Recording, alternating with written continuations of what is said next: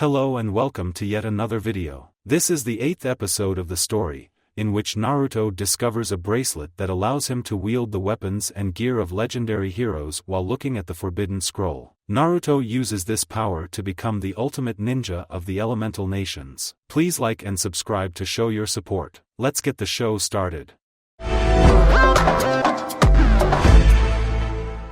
Clang. That is one of the most common sounds which one would hear in the many battles which occurs in the land that is Kirigakure. However, this will be the very last battle between the rebel forces and the Mizukage and his army, as the Kage himself was facing down a warrior in strange armor who was apparently recruited by Mei Terumi. Music start. Dragon Ball Z Budokai Tenkaichi 2. Go ahead. Naruto as Kamen Rider game was attacking and defending against Yagura with the Deidaimeru and Muzu Saber, who was using his hooked long club rather skillfully. He blocked with the Muzu Saber and attacked with the Deidaimeru via a horizontal slash, but Yagura leapt into the air and descended with a descending smash. Naruto dashed sideways to avoid the strike, then lashed out with a mid-kick only to miss and was struck in the chest with the club to be sent stumbling back. Naruto quickly combined the Deidaimeru and Muzu Saber together to form the Naginata mode, then charged in to engage him once more. Man, this is the prowess of a Mizukage. This beats history lessons, thought Naruto as he rapidly attacked and defended against Yagura, who proved himself to be very proficient in terms of bojutsu similar to that of the third Hokage. Naruto-sama, please stay focused, I can tell your opponent is yet to take you seriously, said Tsunami. She's right, Narukin, plus I sense something rather familiar about him, and I don't mean Isabu, said Kurama. What do you mean? Asked Naruto. I don't know, but I'm sure to realize what it is. Okay then, just keep me posted. Naruto snapped back into focus as he saw Yagura weave through a seal of hand signs to perform a jutsu. Water style, wild water wave. He opened his mouth to launch water in the form of a waterfall towards Naruto. He quickly pressed down the cutting knife on the Sengoku driver to activate his next attack. Orange squash. He then leapt high into the air over the rushing water jutsu while engulfed in orange energy before passing through a long line of orange slices with a high concentration of orange energy focused on his right foot as he launched at the Mizukage with a flying side kick. Yagura saw the incoming attack and stopped using the jutsu before speeding through another set of hand signs for another one. Water style, water mirror jutsu. Water then rose from the ground to form a large flat circular pool of water in front of him. Then he used the hook end of his club to tilt the mirror to show Naruto's reflect. Suddenly the reflection materialized from the mirror and rushed at the original with the same technique, much to the blonde's surprise. Both attacks collided in the middle before resulting in an explosion which knocked him back and the reflection dispersed into water. Naruto managed to recover himself in midair and landed on the ground with a skid. Damn, I definitely wouldn't have seen it coming, said Naruto as he retook his combat stance. If this the limit of your power, then I'm truly disappointed, Yagura scoffed at him. You shouldn't, 'cause I'm barely getting started myself. Naruto sheathed the Muzu Saber and reached to the holder at the side to take out a lock seed with the symbol of a strawberry on it and pressed the button on the side. Ichigo, the driver called out. Naruto took out the orange lock seed with the armor disappearing as a large metallic strawberry descended through the zipper-like dimensional opening. He inserted the lock seed into the bay and locked it in place. Lock on. Then he cut open the lock seed. Soya. The metallic strawberry landed on his shoulder and unfolded itself into an armor based on that of a Japanese ninja, and in hand were kunai with a strawberry on the blades. Ichigo arms, Shashido spark. Naruto held up the kunai with a smirk behind the helmet. Now this is more my theme. He dashed towards the Mizukage and attacked with increased speed than when he was using orange arms. His kunai strike was blocked, but then he quickly switched to a low sweep kick only for Yagura to jump into the air before descending with an incoming strike with his club. So Naruto unsheathed the Muzu Saber in a reverse grip and deflected the attack before retaliating by throwing a kunai which sliced Yagura's left cheek open, then quickly put some distance between them. Yagura's eyes narrowed in anger as he went through a set of hand signs. Water style, water snakes.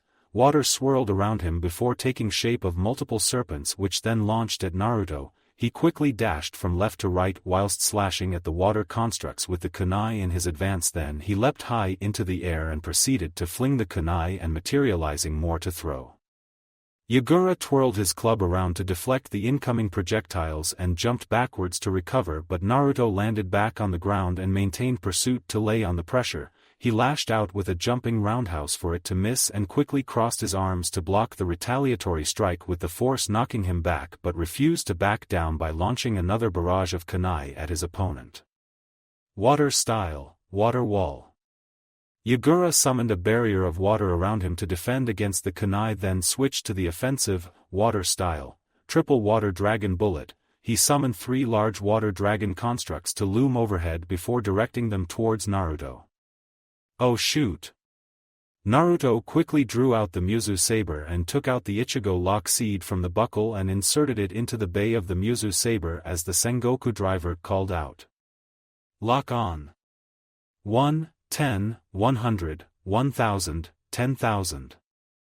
Naruto took a stance as the Mizu saber end charged up with strawberry energy, then he swung it at the sky to unleashes a giant energy-shaped strawberry that explodes into countless amounts of kunai that dispersed one of the water dragons. He swung 2 more times to take down the others before launching one more barrage at Yagura, who slammed a palm on the ground for a large coral reef to burst in front of him and block the kunai, much to Naruto's shock. At first I thought you were nothing more than a peon foolish enough to fight me, but now I see that you're becoming a threat, said Yagura with a frown. Glad to see that you're taking me a lot seriously now, said Naruto with a hidden smirk. Indeed, but it also spells your doom as well. At that moment, Yagura's body began to radiate with red chakra to form a cloak with 2 tails waving from behind him, causing Naruto to stiffen his guard. Only fools would challenge a Jinchuriki on their own. This just got difficult. Naruto swung the Mizu saber to launch a barrage of kunai. Yagura smirked in response before actually blurring from sight and appearing before a stunned Naruto to slam a powerful straight punch into his chest plate, to send him flying away and crashing into a tree. Ugh, a whole lot difficult now that he's using Isabu's chakra. Would have been a different story if I wasn't keeping a low profile here. Any suggestions? Use the Kachidoki lock seed, it should aid you greatly, said Chinami. But will it be enough to match him as of now? Asked Kurama worriedly. For the meantime, but if the enemy uses any more power then he should use the more powerful weapons. I'll keep it in mind. Naruto got back to his feet and took off the Ichigo lock seed and brought out another orange lock seed different from the first, then pressed its button, Kachidoki. He inserted them into the driver and pushed the lock down, lock on, then used the cutting knife to open it. Soya. A zipper-like dimensional opening appeared with the large metallic orange descending before settling on Naruto to unfold into an armor resembling a completely armored Japanese shogun form with twin orange battle flag marked with his emblem in black on his back. Soya. Kachidoki arms, Iza Shutsugen. Oh. Ha. As if that new armor will work against me. Yagura scoffed, then he dashed forward again and punched Naruto in the chest plate once more, but this time he did budge an inch, much to his shock. Naruto grabbed his fist to hold him in place and returned it with an even stronger punch, causing Yagura to spit out saliva which turned into blood upon receiving another to be sent flying back. Hurts, doesn't it? That's what I felt when you punched me, said Naruto, flexing his left fist. Yagura got up and glared with his wounds already healing. Why you? He dashed at his opponent with the intent to take him down. Naruto reached to his back and took out the battle flags before charging back to clash in the middle. Both opponents attacked each other fiercely and were able to inflict damage at opportune moments. The battle flags then emitted a flaming aura as Naruto swung them to the ground to create a hot gust of air to knock Yagura into the air, then he quickly closed the gap between them to smash him to the ground with the flags. You truly are getting on my nerves. Yagura put away his club and took a stance, then charged at Naruto to engage him in taijutsu. The blonde tried to defend against the attacks and retaliate, but his reduced speed wasn't helping his case at the moment and was struck several times, but the armor reduced the damage inflicted. He made to attack again, but then he noticed that part of his body felt restrained and looked to see his arm encased in coral and it was spreading, much to his shock. "What's this?" Naruto struggled to break free as the coral continued to spread. "That must be the coral palm technique belonging to Isabu. Any physical contact will cause coral to grow all over your body and restrain you," said Kurama. "Well, I don't plan to be a statue for anyone here." Naruto used his free hand to press the cutting knife on the driver 3 times. Kachidoki sparkling. The Kachidoki armor shattered the coral as it folded into its fruit form for a few moments before unfolding back into its armor form. Naruto stretched an arm out to summon what appears to be a futuristic Tanegashima rifle with a DJ turntable inbuilt at the side. Naruto scratched at the turntable, causing it to play a catchy tune as he took aim and fired a shotgun blast at the Mizukage, who quickly dashed from side to side whilst throwing chakra-enhanced shuriken at him. Naruto ducked and weaved around them to continue firing but can't seem to hit his target, so he turned the knob to increase the pitch and scratched the turntable before pulling the trigger to fire at a rapid rate. Yagura quickly took cover behind a tree and weaved through a set of hand signs and called out the jutsu, water style, water clone jutsu. He created multiple clones made out of water and ordered them to attack the enemy. Naruto saw the clones and fired at them and shot down some, but the others were quickly upon him, so he drew out the Muzu saber and switched to defensive tactics in order to keep them away from him. Naruto switched to a lower pitch and jumped away from one of the clones before firing a cannon-like blast which exploded to disperse some of them. He continued to wait and counter their attacks until there were none left.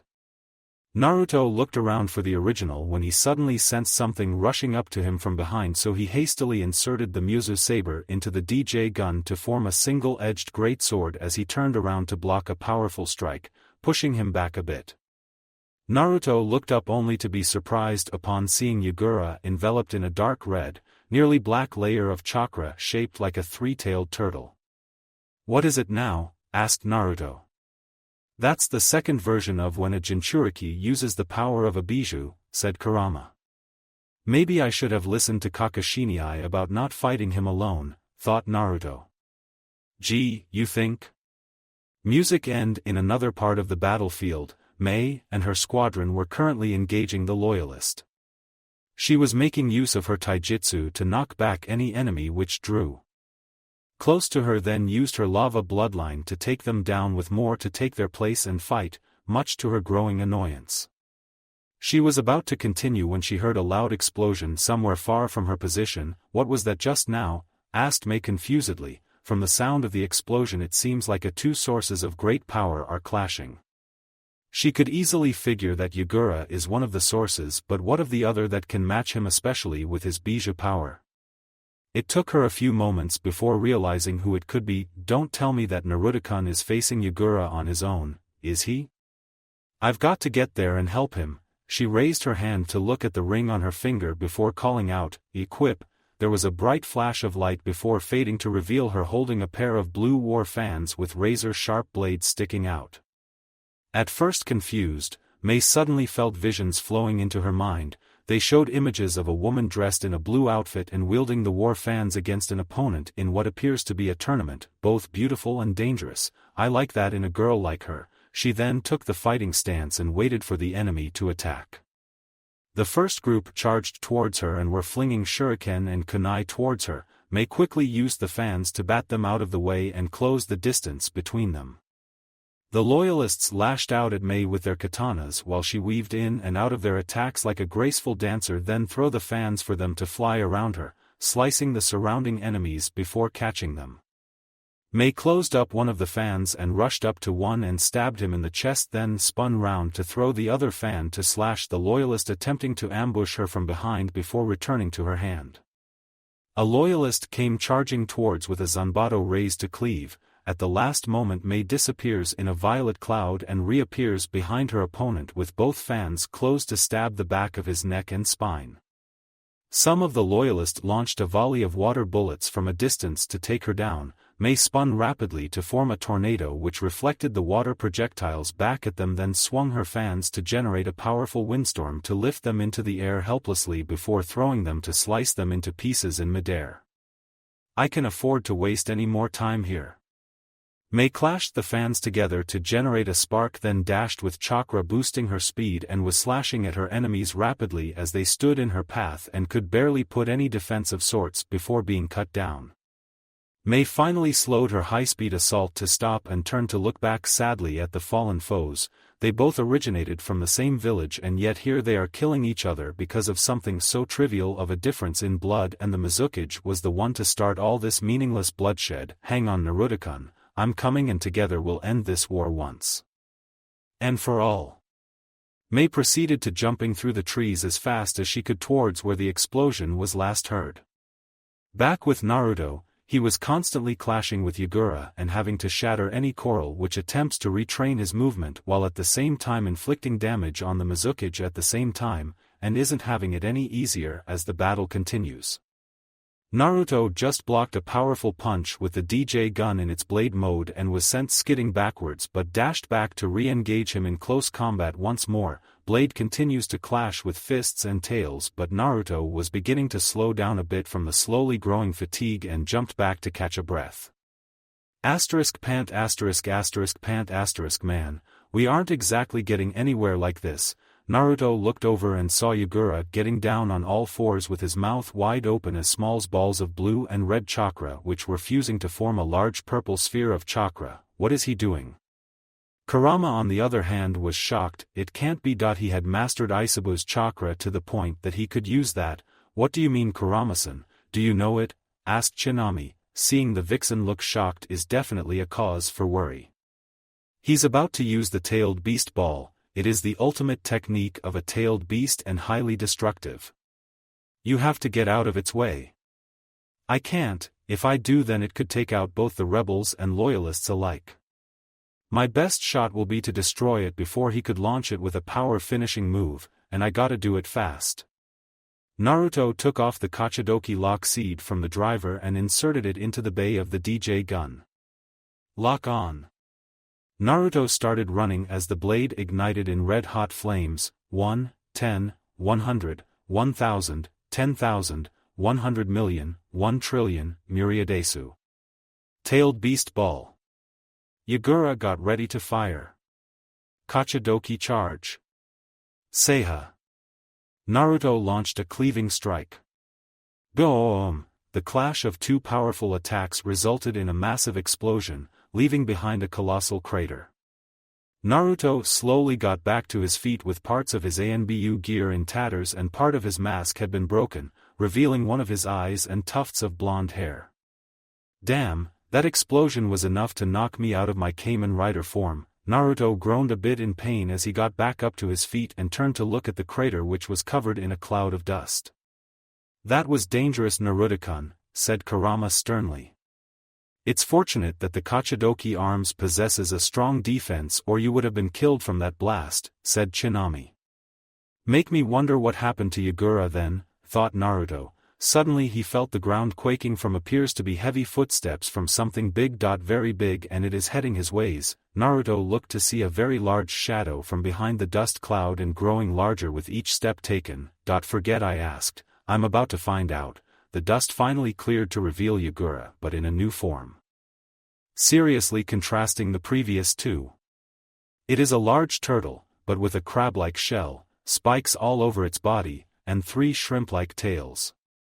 Under its shell, it has red, muscle-like tissue. It has a pair of human-like arms and hands, but no hind legs. His face is concealed between a large forehead and lower jaw, both of which have spikes, and its eyes are red and have crimson pupils. To think that I had to use my full power to shield myself from the blast. You keep annoying me with every single second of your existence. Now you really must die. Yagura yelled in rage. Naruto had to raise his head to look up at the beast. Normally I would shrug this kind of stuff off, but now that I feel so tiny, Naruto-kun, look out. Kurama cried out in warning. Naruto looked only for his eyes to widen in shock upon seeing Yagura curl himself up into a spiky ball and roll towards him at high velocity. Oh sure, take mushrooms. Naruto channeled chakra to the bracelet and called out, ride the wing road. He quickly equipped the air treks and took off at high speed with the Mizukage pursuing him. Naruto rapidly darted and drifted around the trees and using fallen trees as ramps to launch himself into the air from time to time and using the wing road technique to fly temporarily, but the opponent wasn't letting up in the chase. Naruto was dashing through the forest when he noticed someone heading towards him and got ready for a short fight while thinking of a plan to counter Yagura's relentless, but it was upon a closer look that he recognized who it is. Mei? Kitsune-kun? What Iskia? Mei was about to say more but was interrupted when Naruto rushed over to hold her in bridal carry and dash as fast as he could. What's going on? Well, long story short, I've been fighting Yagura team and annoyed him to the point that he's now using the full power of his bijou to try and kill me plus you now, Naruto hastily replied as he continued to skate. Mei looked over his shoulder to see said person rolling after them. Do you have anything to fight against him? Asked Mei worriedly. Naruto drifted to the right quickly before responding to her. As of now, I've got nothing, but I'm sure to come with something, said Naruto. On that subject, any suggestions, Chinamazon? I'm getting tired of being a Jerry to that guy's Tom. I'm currently looking through the archives in search of a weapon capable of combating the Mizukage. I just need some time, said Chinami. Unraveled scrolls swirled around her as she closed her eyes in concentration. Please hurry, I want to get out of this Indiana Jones situation. At that moment, Naruto noticed that a large dark shadow loomed over him and Mei. They looked up only for their eyes to widen in disbelief to see the Mizukage fall towards them with a body slam. He kicked the air treks to overdrive and took off, leaving behind a long trail of dust behind. They barely got out of range when the transformed Jinchuriki crashed to the ground. Die! You lowly maggots! Yagura roared as he opened his mouth and launched a powerful stream of water. Naruto carried Mei out of the way of the attack and watched as it smashed through the forest, leaving nothing but a long deep trench in the ground. Hey! We take offense to that. Naruto yelled. Naruto. Now's not the time to be saying that, said Mei.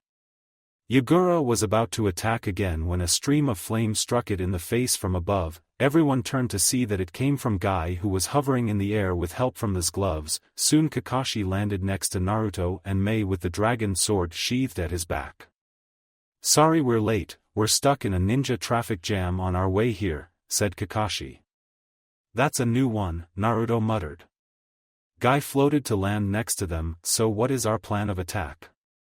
Naruto and Kakashi were rather creeped out at how calm the normally boisterous is at the moment. Naruto was about to speak up when he heard Kurama call out to him. Naruto-kun, I've discovered what was so familiar about Yagura and I can't believe it myself, said Kurama with her voice grim. What is it? Asked Naruto. There is a genjutsu placed on Yagura, and the chakra which I sense belongs to that masked Uchiha who attacked on the night of your birth. What? You mean to tell me that this damn war was because of this guy again? Asked Naruto in disbelief at what he's hearing right now. I'm afraid so. I never would have thought he would do something like this. Naruto clenched fists very tightly with his nails piercing through his gloves into his skin, drawing blood.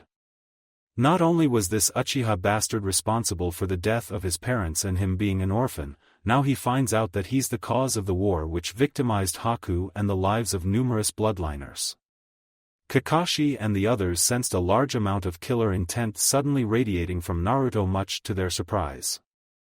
Kitsune, what happened that you're emitting Ki like that? Asked Kakashi. Sorry Kakashi-sensei, I just learned of something very unbelievable. I'll tell you about it later, but for now I have to stop this guy before he kills anyone else, Naruto calmly responded. Kakashi instantly knew that his godson is extremely angry as he witnessed the same thing from Minato, which he and Kushina secretly labeled silent rage. When in that state, action speaks much louder and painfully than words. What is it that made him so angry? Thought Kakashi. Naruto-sama, I've found the weapon capable of combating the Mizukage. I'm sending the knowledge to you immediately, said Chinami. Naruto felt visions of a beast roaring to the sky. Thanks, this will do. Naruto dashed ahead of the others at a quick pace as the bracelet began to glow brightly. Then he yelled out, Roar of the Steeled Leo, the brightness intensified greatly, forcing everyone to shield their eyes. The light finally faded away to reveal a colossal mechanical animal in the form of a lion, which has a color scheme of blue/yellow/white. What is also to be noted would be the large single-edged blade which is attached to a swiveling arm on the block. The beast's eyes glowed yellow as it unleashed a thunderous roar into the sky. "What is this?" Yagura was surprised, and he wasn't the only one, as the others watching felt the same way. "I never would have thought that the bracelet was even capable of this scale," said Kakashi in wonder. "I have to agree with you," said Guy. "Amazing," and by someone so young, May stared in wonder. "We need to get clear, no doubt that the battle between them will be great," said Kakashi, having experienced such battles in the past. The rest hesitantly agreed and quickly vacated the area. Naruto was inside the cockpit of the beast with his eyes closed. "Please Liger, lend me your strength to defeat the enemy before me," the said beast growled softly as if to affirm his request. "Thank you, let's go for it." Then they charged towards the transformed Jinchuriki to engage him in a final battle. "It doesn't matter what you use, I will destroy you," Yagura roared as he rushed towards them as well. Music start, Dynasty Warriors 5, Great Red Spirit, activating shock cannon. Naruto called out as Liger skidded to a stop and began to fire rounds from the triple-barreled cannons on its chest. Yagura crossed his arms before his face to brace himself against the incoming attacks, then he retaliated by launching multiple water bullet. Naruto quickly piloted Liger to dash to the side to evade the incoming water spheres, then charged towards the opponent whilst maintaining evasive maneuvers, initiating laser claws. Liger jumped high into the air with both claws glowing and swiped multiple times at Yagura, who was enduring the attacks before responding with a headbutt to knock him back. Rough sea spume. Yagura opened his mouth to unleash a massive stream of water which slammed into Naruto and Liger, with the high pressure pushing them back with great force. Growling, "Hang in there Liger!" Naruto yelled out as the lion-type Zoid roared out in and dug its claws into the ground for traction until the technique finally stopped. "Now's our turn to attack." He switched to manual firing of the dual sword cannon to shoot down the incoming water bullets, while Liger dashed towards Yagura with its laser claws active once more to strike wildly at Naruto, providing backup fire. Yagura punched Liger with a punch and curled up into a ball to spin rapidly with sparks flying around, then sending them flying away. Liger quickly rolled back to its feet and Naruto piloted it to charge at Yagura. He manipulated the blade to shift into a 90-degree angle at its right side. "Full speed ahead Liger." He increased the energy output for a large boost in speed. Both beasts clashed in the middle with sparks flying once more as they struggled for dominance, with neither side willing to give out or give in. Eventually both were forced to disengage and passed by each other before turning round and retaking their combat stance. Naruto glanced to see the status of the Zoid and was relieved to see that it was still in fighting condition, then looked at the Mizukage to see numerous scratches on the shells courtesy of the Zoid. Aside from Shukakuken, Isabuken has the most strongest physical defense out of all 9 of us. "It's even a surprise that you could actually scratch it," said Kurama. "Is there any way for me to land a critical strike on him?" asked Naruto, keeping a close eye on his opponent. "Well, since it has the characteristics of a turtle, then it must share its weakness as well," said Tsunami. "I wonder if..." Naruto took a closer look at Yagura and took note of something which he had almost missed and immediately had an idea. "I see, I know what my next move will be. Liger, I'm going to needing your help to pull this off," said Zoid growled in agreement. Both turned their attention towards the Mizukage, who was charging up another tailed beast ball. "Get out of my sight." Then he launched the destructive technique from his mouth at his enemies. At that moment Liger began dashing towards the projectile itself, much to the shock of everyone watching. "What the heck is he doing?" "That's too dangerous," said Kakashi. "Kitsune-kun, get out of the way." May yelled in worry. "Wait, I think he might be onto something," said Guy, as oddly calm as ever. As he spoke, Liger's body began to emit a fiery red aura as Naruto yelled out, "Evolt." The aura fully engulfed the Zoid, then faded slightly to reveal it in a new form. the blue color had been replaced with red and multiple blades could be seen all over its body, and a pair of short swords are mounted on the sides of the forelegs as it roared with renewed energy. Hey 8 Liger. Liger activated the twin boosters on its back to 50% power and nimbly leapt over the tailed beast ball and pounced at the Mizukage with its laser claws active as it rapidly slashed with twice the speed of its default form. The Zoid grabbed the Jinchuriki with its teeth and repeatedly slammed it to the ground before flinging it away, then disappeared in a red blur to rapidly strike from multiple directions and skidded to a stop. Just like I thought, the armor at the underbelly is not as strong as the rest of its body. Now to finish this. Naruto set the boosters to a 100% this time. Liger took off like a red comet and unleashed a barrage of slashes upon Yagura to knock him high into the air and then finishing him with a mighty slash from the short swords. This can't be good. Yagura screamed in agony as he was forcefully reverted back into his more human form before plummeting to the ground. Liger also transformed back to its normal form and let out a roar of victory before disappearing in a flash of light as Naruto landed on the treetops. It's over now. This war has come to an end. Music and Naruto leapt through the trees towards where the Mizukage had crashed and soon found him lying in a crater with his body laden with cuts, bruises, burns, and his clothes tattered and mostly destroyed. Soon he was joined by Kakashi, Mei, Guy, and moments later Zabuza. "Looks like I missed a good show," said Zabuza. "I'm afraid you did. Glad to see that I'm not the only one who's often late," said Kakashi with an eye smile. "I won't let you rub your hip and cool attitude on him, my eternal rival," Guy proclaimed loudly. "I miss his calm self already. He was much quieter that way," thought Kakashi with a sweat drop. Zabuza looked down on the defeated Mizukage. "I never would have thought that I would be alive to see the day that Yagura will be lying before us defeated and the war at an end. I feel the same way. Finally there will be no more pointless bloodshed." Mei turned to Naruto, "And I have you to thank for it."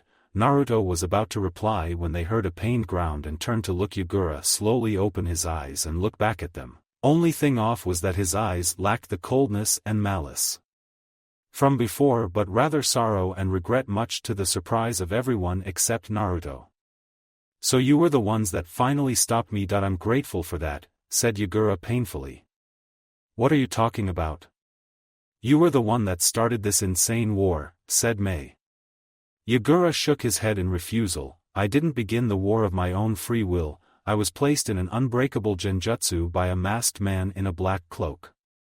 The last thing I saw before losing my sense of self was a Sharingan eye, and the rest was nothing more than a long nightmare which I couldn't wake up from, not matter how hard I tried." "Like I would believe such a shitty story," Zabuza scoffed in response. "He's not lying at all in the least bit," said Naruto, surprising the others. "What do you mean?" asked Kakashi confusedly. "The chakra used to perform the genjutsu on him matches the one on the day of the Kyuubi attack," said Naruto factually. "You mean the one responsible for the Kyuubi attack is the same guy who caused this war?" asked Zabuza with a budding anger for the mysterious Uchiha. "Apparently so. She confirms it. It might seem like he caused the war to serve as a smokescreen and avoid being tracked by anyone," said Kakashi. Yagura's coughing of blood brought everyone's attention back to him. "It seems like my time draws near. But I doubt my death would be enough to suffice for the deaths which I caused." "Deaths which weren't of your own will, like you said," said Mei sadly. "Even so, that I failed terribly as a Kage, to have been turned into nothing more than a madman's puppet." He looked towards Mei. "I leave the safety of the village to you. I've witnessed how hard you fought during the war up till. And I'm willing to bequeath the title of Kage onto you. On one condition." "What is it?" asked Mei.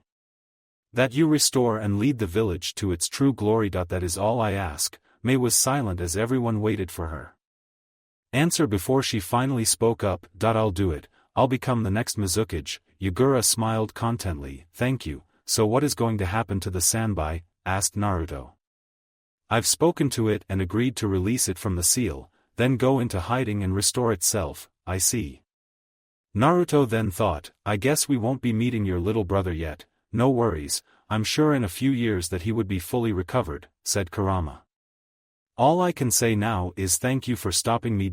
And I am truly sorry for being unable to stop myself from doing all this. As Yagura breathed his last, a red orb of chakra emerged from his chest and quickly flew away over the mountain to a location unknown to the group. Naruto took out a scroll from his ninja pouch and revealed it, then placed the late Mizukage's body on the scroll before sealing it away.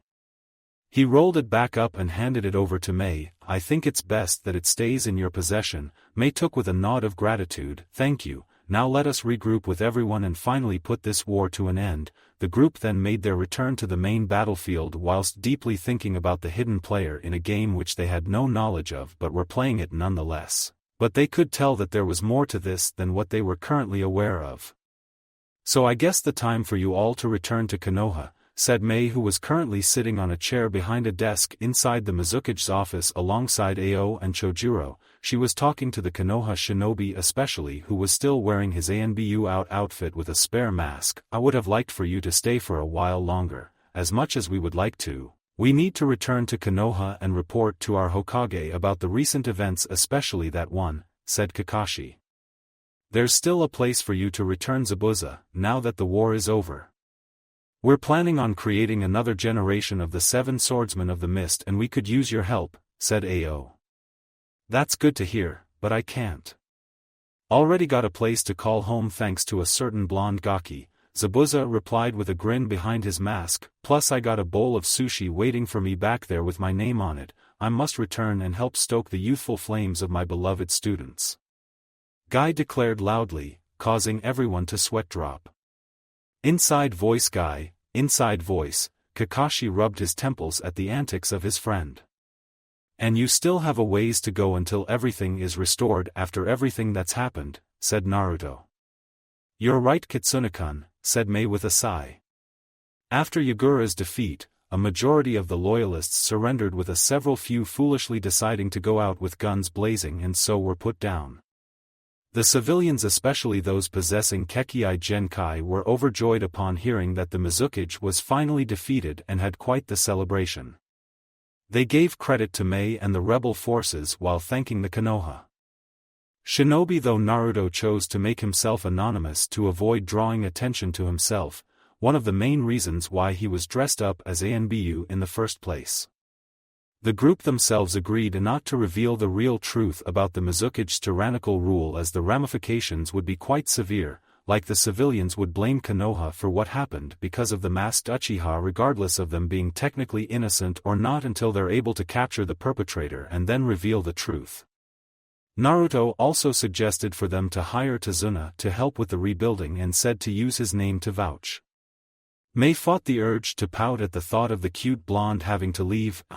Perhaps I could request for his involvement on missions after everything is stable, then he can come and stay around more often. She took out a scroll from the drawer and held it out to Kakashi. Give this to your Hokage.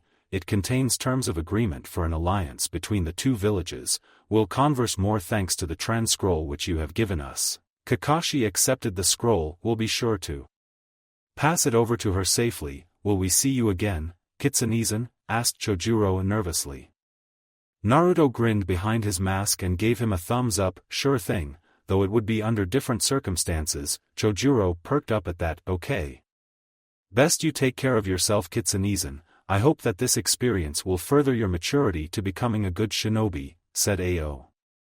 However, Mei interpreted the sentence otherwise. Experience. Maturity. Both needed for marriage. She turned towards Ao with an all too sweet smile. Ao, shut up or I'll kill you. Hi Mai-sama. Ao looked ready to faint, with the others feeling the urge to run for the hills, except for Naruto feeling a slight chill instead.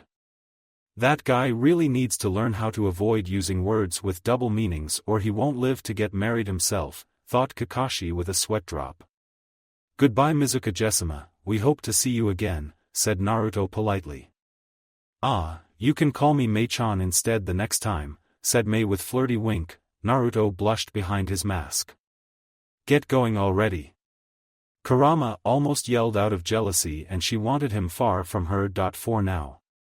Calm down Kurama-san, said Chinami in a placating manner, eventually doing so. Ao and Chojuro escorted the group to the gate of the village and bade them farewell as they left. Naruto and the others took to leaping through the trees and in a few weeks' time had finally arrived at the gates of Konoha. Naruto felt ecstatic at finally returning home after everything that happened. They made their way to the Hokage mansion and went inside to find Tsunade along with Shizune and Hiruzen, who smiled brightly upon seeing them. "It's good to see that you've all returned safely. We've heard the news about the civil war having ended in the rebels' favor," said Hiruzen with a smile. Naruto took off his mask and replied. With a foxy grin, "Yeah, totally kicked some ass while we were over there." Then he frowned, surprising the others, "But we found out something unexpected too." "What do you mean, Naruto-kun?" asked Shizune confusedly.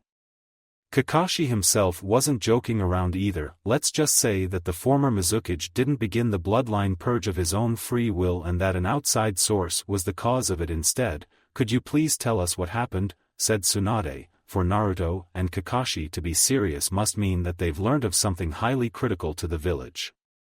Kakashi and Naruto proceeded to tell them of what happened over at Kirigakure and what Yagura revealed to them before he died, and Kurama affirming the genjutsu being the same one which was used on the night of Naruto's birth. To say that they were surprised would be an understatement of the year. "I never would have suspected that anything like this would have occurred. It certainly seemed odd that the Mizukage would do something like that without an accurate reason," said Hiruzen with a frown on his face. The masked Uchiha was able to put Kurama under a genjutsu, so he could just as easily do the same to the other Bijuu and their Jinchuriki, and also used the civil war as a method of distraction and preventing anyone from seeking him out. "This is very unsettling," said Tsunade. "And I have a hunch that this Uchiha could also be a member of the Akatsuki, making this group more dangerous than thought possible," said Kakashi. "I think I would be doing both villages a favor if I find this guy and separate his head from his shoulders and gouge out that eye of his," Zabuza growled in anger. "Better get in line, 'cause that guy is at the very top of my shit list more than ever now," said Naruto. Hiruzen coughed loudly to get their attention. "It's important that we gather more information about this group. Jiraiya is currently doing that, but we might need to seek out information on our own as well. In the meantime, you three have been through a lot, so I suggest that you all go to your homes and rest before later returning with your mission's report." "Very well, Sarutobi-sama," Kakashi bowed before leaving. "Same here, be sure to let Haku know that I'll be coming by tomorrow." Gaki, Zabuza was the next to leave.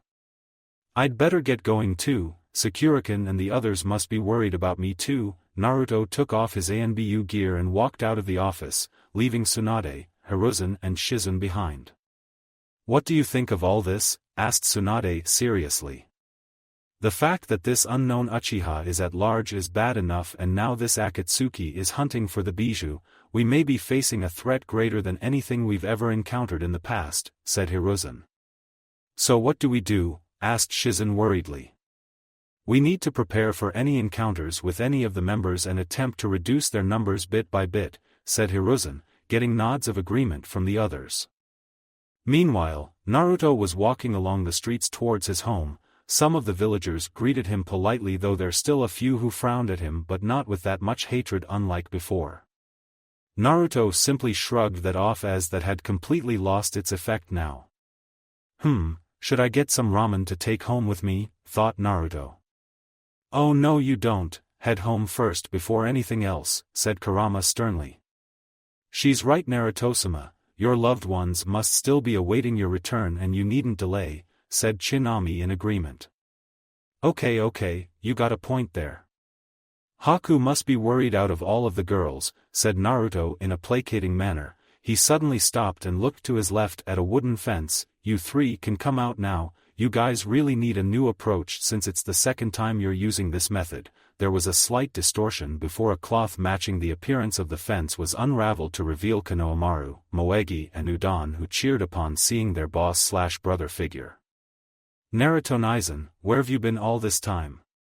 "We couldn't find you anywhere," said Konohamaru with a pout. "Yeah, even Iruka-sensei didn't know where you were," said Moegi with Udon nodding in agreement. Naruto rubbed the back of his head sheepishly. "Sorry about that, guys. I was sent out on a mission." "What kind of mission?" asked Konohamaru curiously. "I can't tell you three, it's a top-secret mission," said the blonde playfully, causing the trio to whine a bit at the unfairness. Anyways, I'm heading home right now, so I'll see you three later, okay? Okay, bye Nizan. The trio ran off while waving goodbye towards the blonde. Naruto smiled fondly before resuming his walk to the house, but kept in mind to visit Irika later to check up on him. He eventually arrived at the doorstep and unlocked the door with his key before entering. He barely took 3 steps when a green blur slammed into him and flew out to the front yard. Naruto groaned a bit before looking to see a familiar green hair and realized who it was that just tackled him. "Hello again, Fu-chan," said Naruto amiably. "We really missed you, Naruto-kun." Fu turned back to the house, Naruto-kun's back. Soon there were the sounds of running footsteps, then Haku, Hinata, Ino and Sakura appeared. They teared up upon seeing the blonde, especially Haku, and went to engulf him in a tight hug. "We were so worried about you." "You shouldn't be making us feel that way," said Ino happily. "She's right, Naruto-kun," said Sakura. "Sorry about that, I'll try not to do so next time," said Naruto apologetically. "We're just glad you came back to us alive and had kept your promise," said Haku tearfully. "Me too, let's go inside 'cause I'm a little tired from the everything that happened," said Naruto. The girls nodded in affirmation, then jostled the blonde inside the house and sat him down in the parlor while Hinata and Ino went to the kitchen to prepare some tea. Fu sat next to Naruto and Haku sat at the other with her hand interlinked with his as if afraid that he might disappear. Tora sat curled up on his lap and was fast asleep while softly purring. Hinata and Ino returned with the tea and sat down too. "So what happened when you were over at Kirigakure?" asked Ino curiously. "Well, it went like this." Naruto proceeded to tell the girls what occurred during the war and the aftermath. The girls were surprised then worried when he mentioned the former Mizukage being a Jinchuriki before his defeat. Needless to say, the bloodline war is officially over. "I'm so glad to hear that. No one will lose their families anymore," said Haku with a look of relief. "Yeah, though you girls should keep this to yourselves for the meantime, okay?" said Naruto. Girls nodded in affirmation to his request. "Thanks, I'll be going to sleep for now. I'm really tired right now." "Okay, we're going to run a few errands anyways," said Hinata. Naruto picked up Tora in his arms and climbed upstairs to his bedroom. He took off his clothes before settling on the bed and going to sleep. After a couple of hours, Naruto stirred awake and rolled to the side of his bed. Only to see a pair of eyes staring back at him. "Boo! Wah!" Naruto stumbled out of bed and fell to the ground and bumped his head while Tora shot up with a yowl. He heard someone laughing at him and got up to see who it was and was surprised. "Anka-kan?" Said person waved at him with a cheeky grin. "Rise and shine, Whiskers. The girls told me that you were back, which wasn't that hard since I also saw Kakashi, Guy and Zabuza around just today, so I figured I'd drop by and see you." Naruto sat on the side of the head while rubbing the bruise on his head. Tora looked rather annoyed at Anko for the rude awakening. "Thanks, Anka-kan. I was planning on seeing you when I pass through the village later on." "Where's Kurenai-sensei?" "She's on a date, something she constantly denies," said Anko playfully. Naruto chuckled as he got the idea of what she's talking about. "I see. Tsundra in other words," said Naruto amusedly. "Yup, and I wonder what she's going to do once I tell her that you said that, eh?" "Oi, you tricked me!" Naruto protested, shuddering at what his second sensei might do to him. "Did I? Then what would it take to keep me quiet?" said Anko thoughtfully. Naruto deeply for a few moments, then a light bulb lit up in his mind and he smirked. Naruto blurred before Anko and pressed his lips against hers for a deep. She was taken by surprise but eventually responded in kind before he pulled away, much to her disappointment. "You get that and some money to burn for some dango, deal?" said Naruto with a wink. It was his turn to be taken by surprise when Anko kissed him again before responding with a smirk. "2 of those and the money, then we have a done deal." "Don't keep me waiting for long, Naruto-kun, my lips are a bit loose." The snake mistress walked out of the room with her hips swaying, mesmerizing the blonde ninja. "You two sure had fun," said Kurama jokingly. "Bet you wanted to join in too," said Naruto in a playful manner, getting the vixen to look away and pretended to pout. making him chuckle a bit. He put on a new set of clothes and had created a shadow clone to write up the report for him to pick up later, then left the house with Tora snug in his hood and a destination in mind. Naruto walked through the streets and took a few short routes before stopping before a store with the large sign written Higarashi's Armory. He walked inside to find Tenten sitting behind a counter with a bored expression on her face, but she perked upon seeing the blonde enter the shop. "Hey Naruto, where've you been?" asked Tenten. "I was on a mission and got back today. I came by to check up on you," said Naruto.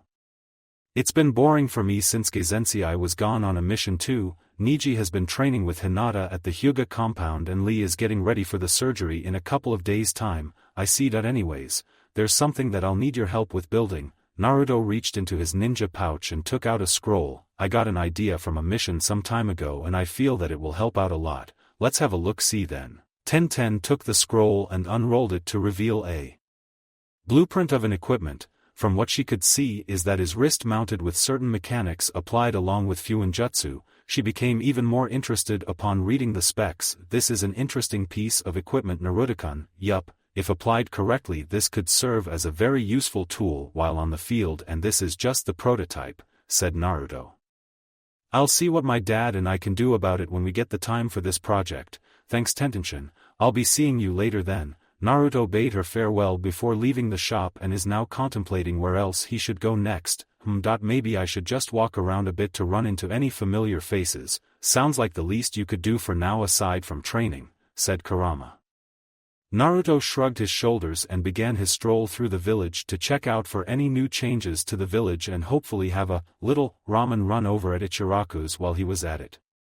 He was passing through the market district and he heard someone calling out to him and turned to see who it is. Turns out that it was Chuji and Shikamaru who are approaching the blonde ninja.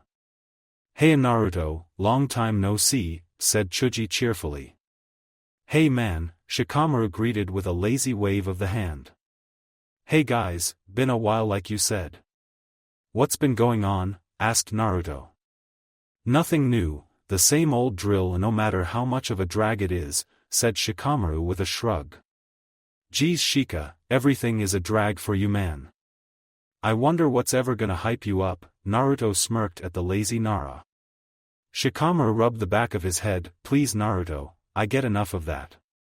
From my mom already. How his father got married to begin with is an anomaly in itself," said Kurama. Naruto had to agree reluctantly to what she said. "So what's been going on with you?" asked Chuji curiously. "Nothing much, I came back from a mission today and taking a stroll through the village to catch up with the others. How about you two?" "We're on our way to meet up with Asuma Sensei for some training, threatened to sick Ino on us if we don't show up. She's definitely changed since the Chunin exams," said Shikamaru. "Yeah, she doesn't even diet anymore," said Chuji. "I get the feeling that Ankakan might have something to do with that," thought Naruto. "She certainly seems the most likely, given how she can be very persuasive," said Kurama amusedly. "True that," Naruto chuckled inwardly, recalling what happened between them earlier. "Well, I shouldn't keep you two waiting, I catch you guys later, yeah, see ya." Shikamaru bade Naruto farewell before he and Chuji left for their meeting place, leaving Naruto behind. "Well, back to what I was doing earlier." Naruto took a few steps forward and suddenly stopped for a moment with a small frown on his face, then resumed his walk. In a dark room barely lit up by a single candle, we find Kabuto standing before a bed on which Orochimaru laid. His body was still recovering from the attacks by Tsunade and Naruto from his last encounter with them, while his arms are already showing signs of rotting with a putrid stench emitting from them. "Orochimaru-sama, did you really have to send all four of them?" asked Kabuto. "I hadn't the heart to refuse them, they all wanted to meet this Sasuke-kun whom I spoke so highly of. They wanted to test his strength," said Orochimaru. "Seems somehow unfair. He's no match for the four of them at his current level, and that's why he would come to me seeking for power, just like I said he would," said Orochimaru with glee, "and when I gain the perfect body, killing the spawn of the Yondaime will be the first thing that I'll do, then I'll use that bracelet of his for my conquest." Somewhere deep in the forest, there are 4 black silhouettes currently leaping through the trees at high speed, and their chosen destination happens to be Konoha with a certain goal in mind. Meanwhile, Naruto had long since walked out of the market district and had eaten a couple of snacks along the way, with Tora being fed as well. They arrived at the training grounds near lake, where Naruto stood there to view the scenery for a while, but then he suddenly spoke out loudly for some reason. "You can come out now. I know that you had been following me ever since I entered the market district," said Naruto. He heard footsteps and glanced behind to see someone walk out from behind a tree, revealing it to be Sasuke, who was staring at him intently. "So you knew that I was following you," said Sasuke.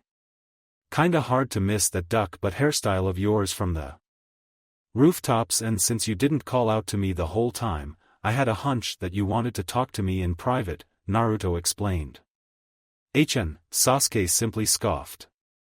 "Ignoring that, what is it you want to talk to me about? And personally, why the glare?" asked Naruto with his arms crossed.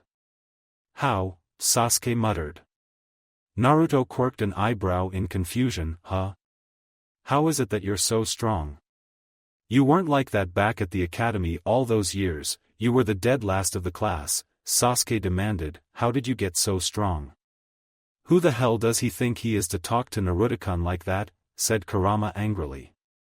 "Indeed, it is most disrespectful of him," said Tsunami with a frown. "Please calm down, you two, no need to be angry.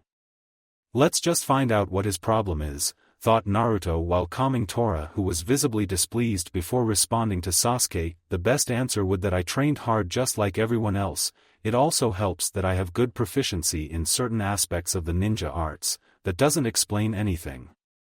I trained just as hard and yet you became a chunin while I didn't, dude. 2 main reasons would be because I fooled around more than I should have been training, and the second reason was because my education was sabotaged, otherwise I should have graduated on my first year instead. It was after a certain incident that I woke up from that facade and took things more seriously like I was supposed to," said Naruto. Sasuke didn't appear satisfied with the explanation still. "And yet you were able to defeat people I couldn't, even my brother ignored me for you." "Last I checked, Sasuke, Itachi is an ranked missing ninja alongside Kisame, who was a member of one of the 7 swordsmen of the mist. There was no way I could actually beat them. I had to buy time for Pervy Sage to show up to provide backup, and they hadn't gone all out either." Sasuke walked up to Naruto and grabbed him by the collar of his vest. "Stop lying to me. I bet it's because of the bracelet that you were able to be that powerful." Naruto was now glaring and pulled Sasuke's grip off his clothes. "Will you cut that out? Why are you in such a hurry to get more powerful? Killing my brother is my life's purpose. I can't afford to waste time playing around," the Uchiha retorted. "Are you thinking clearly? Your brother was one of the most prodigious shinobi Konoha ever had and also took part in one of the great ninja wars. You can't beat him as you are now. He was able to defeat Kakashi Sensei because of his mass experience he acquired in the years. I don't need to tell you this since you know that fact better than anyone else. What is the point of gathering power when you wouldn't know how to use it?" Sasuke gritted his teeth as the memories of that night surfaced in his mind. Then he heard Naruto call out to him. "And if you do kill your brother, what happens next?" asked Naruto. Sasuke opened his mouth to reply, but no words came out. "As I thought, you didn't have a secondary goal other than revenge, and how would you know? You have no idea what I experienced that night and what I saw him do. And you think rushing at him with a Chidori would mean an easy killing? Neither of us are ready to face someone of your brother's caliber. One of the many reasons why we train, so we can be ready and strong enough to face such opponents. Besides, you could have been promoted to Chunin if not for Orochimaru messing things up back then. There are also other senseis whom you could request training to get stronger aside from Kakashi Sensei, not exclusively but at least advise on certain aspects. Kenjutsu, Genjutsu, Ninjutsu. There are a lot of Jounin and Chunin who are experts in that and you know them too. There's no doubt that they would lend you a hand, and don't forget that gaining experience will help you a lot too, and that can mostly be acquired from missions. You mean those chores which could have been done by civilians themselves?" Sasuke retorted, though not as angry as before. Naruto chuckled at that. Aside from those dranks, you also took on higher-ranked missions than those and learnt about a lot of things, right, like the wave mission or the one at the land of snow/spring? And besides that, I can always be your sparring partner and help you get stronger. Without a doubt, Itachi will show up again, and next time he won't shrug you off, then he thought, and will be able to reveal what truly happened that night to you. Sasuke was now deep in thought. He originally wanted to learn about the blonde's methods of gaining strength in the shortest time possible so he could employ it for himself, and here he is hearing something else. However, Sasuke couldn't deny what Naruto was saying. Indeed, there are strong shinobi in the village whom he could request training from besides Kakashi, and there aren't any rules forbidding it with the exclusion of clans. There's also the fact that a former swordsman of the Hidden Mist lives in Konoha now, so he could learn about the one who seems to be accompanying his brother just in case. I hate to admit it, but he's right. I should be able to attain the power I need from training with them. Guess I won't be wasting my time like I was thinking, thought Sasuke. So what do you think, Sasuke? I know that you're a proud guy, but asking for help doesn't make you look weak. It shows that you're willing to expand your horizons, and don't forget to think about what you'll do after accomplishing your main objective. Sasuke responded with a snort. I hate that kind of attitude, as if he knows everything, Kurama growled in annoyance.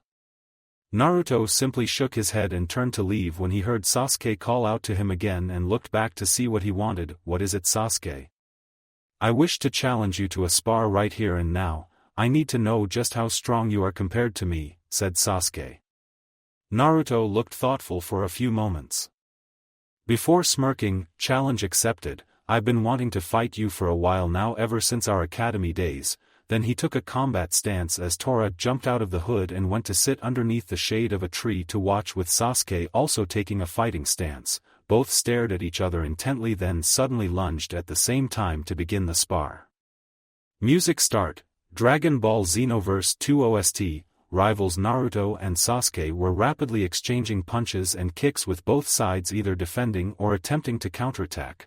Naruto backpedaled whilst parrying the barrage of punches launched by Sasuke. Then he quickly found an opening and took step forward to parry a left punch with a left open palm, then retaliated by slamming a palm thrust into Sasuke's chest, knocking the Uchiha back, then followed it up with a flying kick. Sasuke managed to recover in time to duck underneath the incoming attack and struck out at his back with a jumping roundhouse kick. Naruto sensed his approach and performed a front flip upon landing with a leg out to deflect the kick. He spun round to engage Sasuke with the praying mantis style and was continuously capable of locking his opponent's attacks before striking with his.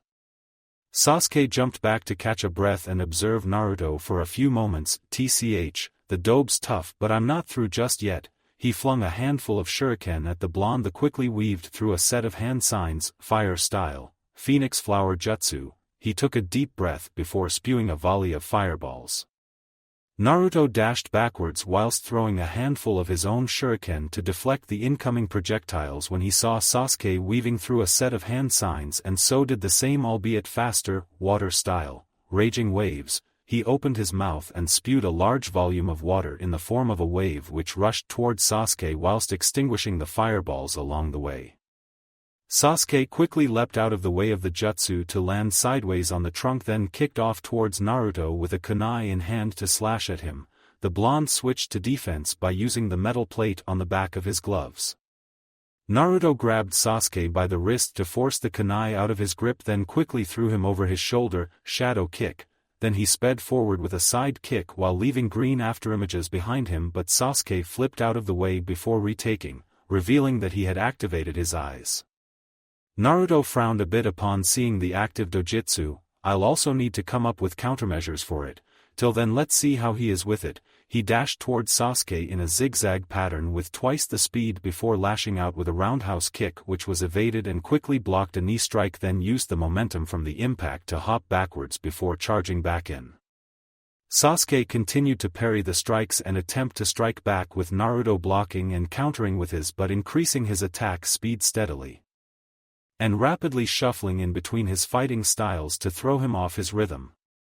Naruto went in with a low sweep kick with Sasuke jumping into the air and coming down with a heel drop kick, but he formed his signature hand sign and created a shadow clone to intercept the attack by catching the leg. He swiftly maneuvered around Sasuke and launched an uppercut to send him high into the air. Sasuke recovered in midair and weaved through a set of hand signs and took in a deep breath, fire style. Grand Fireball. He launched a large ball of fire towards the blonde ninja. Naruto weaved through a set of hand signs as well, water style. Water sword. He conjured water to his left hand and manipulated it to take on the form of a zanbato, then he swung the blade to split the fireball cleanly in half before throwing it at Sasuke, who somersaulted in the air to evade it before landing on the ground. My turn, wind style, Gale Wolf. Naruto gathered wind in between his hands before thrusting forward to launch a wind construct of a howling wolf to rush towards Sasuke. The Uchiha leapt backwards while flinging kunai at the wolf, but the projectiles bounced off upon contact and it continued its charge before tackling its target, causing a small condensed tornado to blow him away with great force. Naruto quickly teleported to appear behind Sasuke and perform a double palm thrust to knock him down to the ground. Sasuke suddenly puffed into smoke to reveal a wooden log, causing Naruto to become alert for an attack.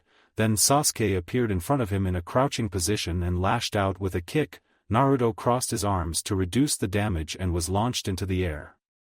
He saw Sasuke disappear from the ground and sensed him from behind. It's over with this, Lion's Barrage. Don't be so sure, wind style, Gale Surge. Naruto channeled wind chakra throughout his body before expelling it in a radial burst of air to knock his opponent back, then spun round to counter, dive kicks. He proceeded to land diving kicks on them continuously, with Sasuke blocking as best as he could until both landed back on the ground and jumped away from the other. Sasuke was about to charge in again when he saw Naruto raise a hand and called out to him, "That's enough, Sasuke, this spar is over, music end." "What do you mean? I can still keep going." Sasuke was adamant in continuing the fight. "I know, but remember the reason why we were sparring, which was to measure the level of power between you and me," Naruto explained. "So far I've seen a few things that you need to work on." Sasuke crossed his arms. "And what are they?" "First, you need to work on your speed. Your Sharingan relies on your speed both for action and reaction.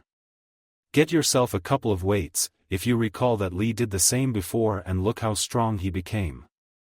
Also train with your Sharingan less so that your body can learn to adapt instinctively and utilize lesser chakra, which in turn sharpens your use of the dojutsu in combat. Remember that Kakashi uses that method as well." The Uchiha saw logic at what he said, recalling what Kiba told him about the battle between Rock Lee and Gaia during the preliminaries, not to mention the spar which he had with the former beforehand. He also noticed that Kakashi hardly uses his Sharingan unless he was using his signature ninjutsu or facing an especially strong opponent. "And I think you should try a hand in Kenjutsu too," Naruto added. That piqued Sasuke's interest. "What makes you say that?" "When I was deflecting your kunai strikes, I noticed that you were attacking as if you were wielding a blade. You might have a talent in it." Zabuza could confirm it if you ask him. Naruto felt something plopped into his hood and looked to see Tora mew at him. He looked to the sky and saw that the sun had already set. "It's getting late, we better head on home." "You've given me a lot to think about," said Sasuke. "An understatement of the year," Kurama scoffed. Naruto smirked. "Sure I did, but at least you found ways of getting stronger. And be sure to carefully think about what to do next after all this, and not anything you might regret for the rest of your life. See you later, Sasuke. I might have another spar with you later." The blonde took off through the trees in direction of the compound. Sometime later, Sasuke was also on his way home with a lot in mind, so many routes, and it took a dobe to point it out to me. At least I know that I'll be able to gain the strength needed to avenge my clan. But what do I do after killing Itachi? He landed on a tree and was about to move on when something, or rather someone, landed in the middle of the path to obstruct him. He took that they were four and wore similar outfits, along with the fact one of them wore a headband bearing the symbol of the Hidden Sound Village. "Alright then, who are you for and what are you doing here?" asked Sasuke whilst keeping his guard up for a potential fight. "We're the Sound Four. I'm Kadamaru of the East Gate," said the dark-skinned shinobi with the ponytail and 6 arms on his body. And I am Sakan of the West Gate, said the fair-skinned shinobi with light blue-gray hair and a second head protruding from the back of his upper back. I am Jirobo of the South Gate, said the tallest of the group who sports a mohawk-like hairstyle. And I am Taiyuya of the North Gate, said the only female redhead of the group. Don't make me repeat myself, what you want from me? Asked Sasuke. Kadamura smirked in response, you should consider yourself lucky, you've been invited to join Orochimaru and we're giving you the VIP treatment. Sasuke frowned at the name Orochimaru, the one who placed the cursed mark on me, then he spoke up, what exactly does he want from me? It's not what he wants but what he offers, and that is power beyond imagination and what the village has been holding you back on, said Sakan. That's right, time has come to ditch this shitty village and gain true power, said Taiyuya. As appealing as it sounds, I'll have to pass on that offer, said Sasuke, much to the surprise and then anger of the Sound Four. Why do you refuse such an offer? Sure, you had witnessed the prowess of Orochimaru when he attacked your village, said Jirobo with a frown. Kinda hard to ignore, but then again it took 2 villages to attack one and yet were soundly defeated. Another thing was that Kakashi told me of how Orochimaru retreated while being permanently crippled on both arms, so I don't think a cripple would make a good teacher, said Sasuke nonchalantly. What did you say, you little brat? Said Taiyuya angrily. You heard me. This shitty village, as you called it, offers me greater power than that of a missing nin who was forced to run from his own village twice so he can take his offer and you shove it down the throat for him. Orochimaru told us that there would be no need for us to be forceful, however you proved to be the opposite of what he said. Personally, I was hoping to pick a fight with you. I'm gonna play Doremi on those ribs of yours till they crack before bringing you back to Orochimaru, said Sakan with a crazed smile on his face. I was hoping for some playtime, and now I've got it, said Kadamaru. Time to make you sing, you shithead, said Taiyuya. You should have come along peacefully, but it's too late for you now, said Jirobo. All 4 of the Sound Nin charged towards Sasuke with the intention of harming him, while the Uchiha poised to engage them with his Sharingan active, although he felt stinging pain from the cursed seal but managed to ignore it as he moved in to attack. It was the crack of dawn over Konoha. Tsunade was sleeping at the office as she pulled an all-nighter to deal with the paperwork since Shizune was absent due to being assigned to a patrol team outside the village. She asked Hiruzen for some help, but the old Sarutobi simply said no with the excuse that he was far too old and had enough of paperwork. That she could have sworn that he had a look of mischief as he left. She was suddenly roused from her sleep upon hearing the sound of knocking on the door as she looked up to see Izumo and Kotetsu enter the room while carrying stacks of documents with them. Oh, good morning, boys, said Tsunade, though the inked text on her right cheek and drool leaking from the corner of her mouth told the story. Huh? You were fast asleep, were you, Hokage-sama? You made us go fetch these heavy documents while you just sit there taking a nap, said Izumo in disbelief. Tsunade chuckled sheepishly. No, I wasn't. There would have been if not for a ninja-bearing marking which signified that he was from the Inuzuka clan came running into the room. Hokage-sama, we have an emergency, said the ninja with urgency. What is it? Asked Tsunade. I was patrolling the village this morning with my Ninken when I came across this. He held out a headband to her. There were signs of a fight and recognized the scent from the headband to belong to that of Sasuke, while I picked up several foreign scents which I didn't recognize. Tsunade's eyes widened in shock as she stood up from her seat. Are you sure about this? Without a doubt, Hokage-sama, said the ninja. I can't believe it, he's already making his move, thought Tsunade as she recalled what he said the time they had met before Jiraiya and Naruto found them. In addition to grabbing all I desire, this time around I'm going to grind the Hidden Leaf village to dust. Those were Orochimaru's words. Grr, so that's what that wrench is after. He's going for the Uchiha's powers. Tsunade sat down to come up with a plan. Izumo, Kotetsu. There's someone that I need to see. Yes, Hokage-sama, the Chunins responded.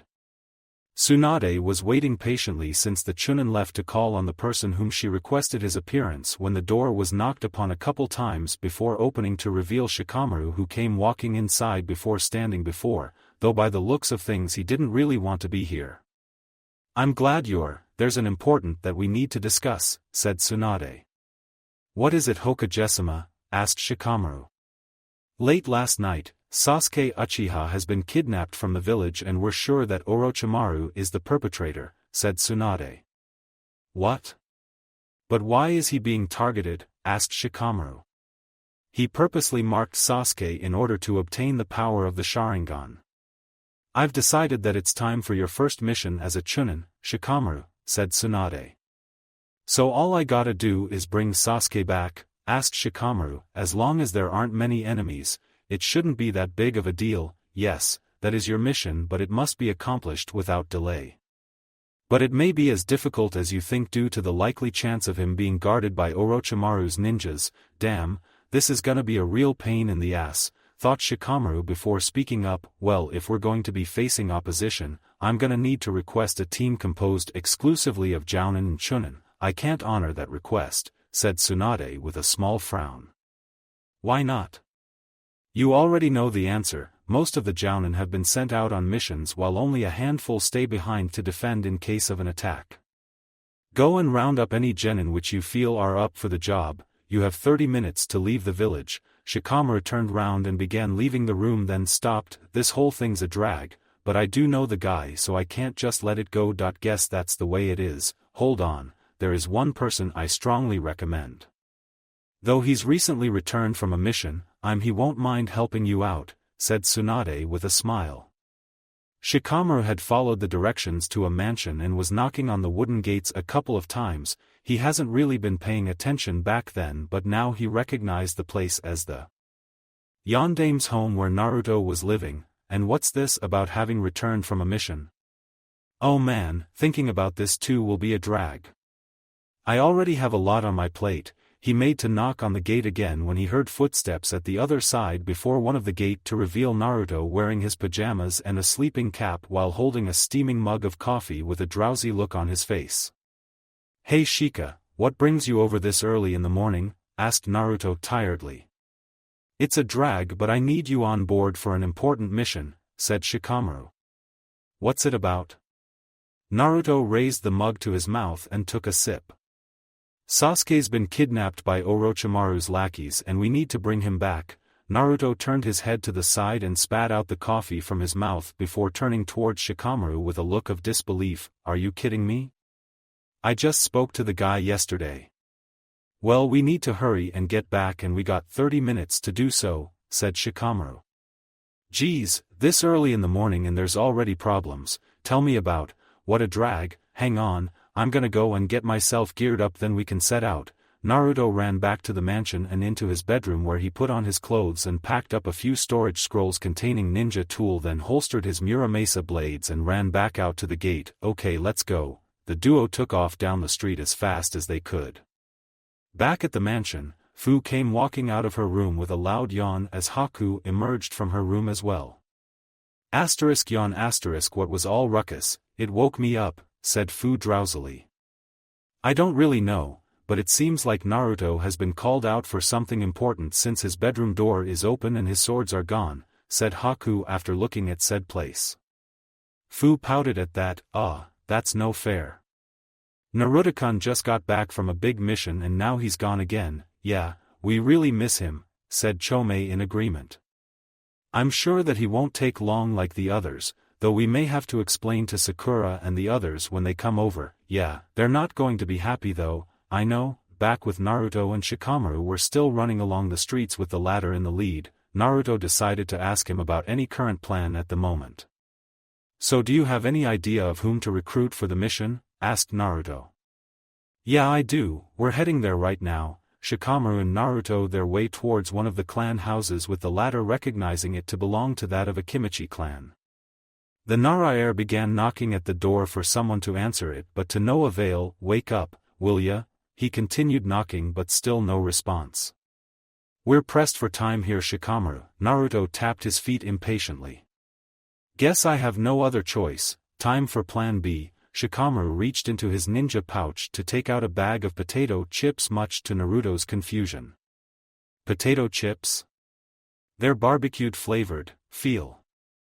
Free to help me eat them. Naruto shrugged his shoulders and joined in eating the chips. Soon it was almost gone as Shikamaru held the bag upside down and let the last chip drop to his hand. Now, the door was suddenly opened to reveal a pissed-off Chuji in his pajamas as he rushed to snatch the last potato chip, and the bag then skidded to a stop to look at the duo intensely. Even for a bag of potato chips, I refuse to let anyone have the last bite. Chuji looked as if daring them to try and take it from him. Naruto's sweat dropped from his friend's declaration. Wow! Intense, that was quite unexpected. Chinami was taken by surprise. An Akimichi takes anything food-related very seriously. Getting between them and food is akin to endangering your life, said Kurama, recalling back when she was in Kushina's seal. Chuji and I have been on the same team for a long time. We work well together, so asking him is a no-brainer, Shikamaru explained.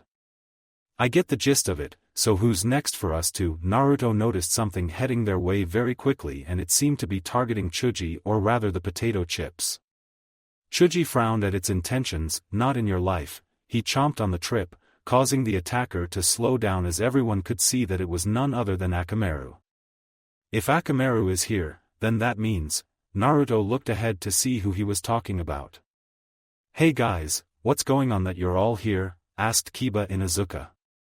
I'm guessing they're in, right? Asked Naruto. Yup, Shikamaru responded. The group of 4+1 dog were running down the street once more after Chuji dressed up. Then the new additions were filled in on what's happened as they were on the move. So that's what's going on. Well, it's a good I woke up early to take Akamaru out for a walk. Time to get my teammate back, said Kiba. What about Shino? Asked Chuji curiously. He's off on a special mission with his father since a couple days ago. Well, that rules him out. Is there anyone else we could recruit before leaving? Asked Naruto. I wish we had time to find some more members, but we're late already. If we don't run across anybody else on our way out of the village, then I suppose that it will just be us, said Shikamaru. Along the way, however, they encountered Neji, who was accompanying Lee after his surgery. They filled him in on what's going on and Neji agreed to join in. Lee was a bit down at not being able to come along, but the Hyuga advised him to do what he must do, which restored his spirits to a certain level before telling the others to go on without him. Soon the group had arrived at the now open gates of the village. Now that we're all here, what's the game plan, Shikamaru? Asked Naruto. That's unexpected, Naruto. I figured that you would want to take the lead now that you're Chunin and all, said Kiba with a quirked eyebrow. Maybe so, but Shikamaru is a better strategist than I am, plus Tsunodabakan assigned him as platoon leader. I would leave the planning to him in any mission which we would take together, Naruto explained. Then in that case, perhaps you should start coming up with some sort of plan.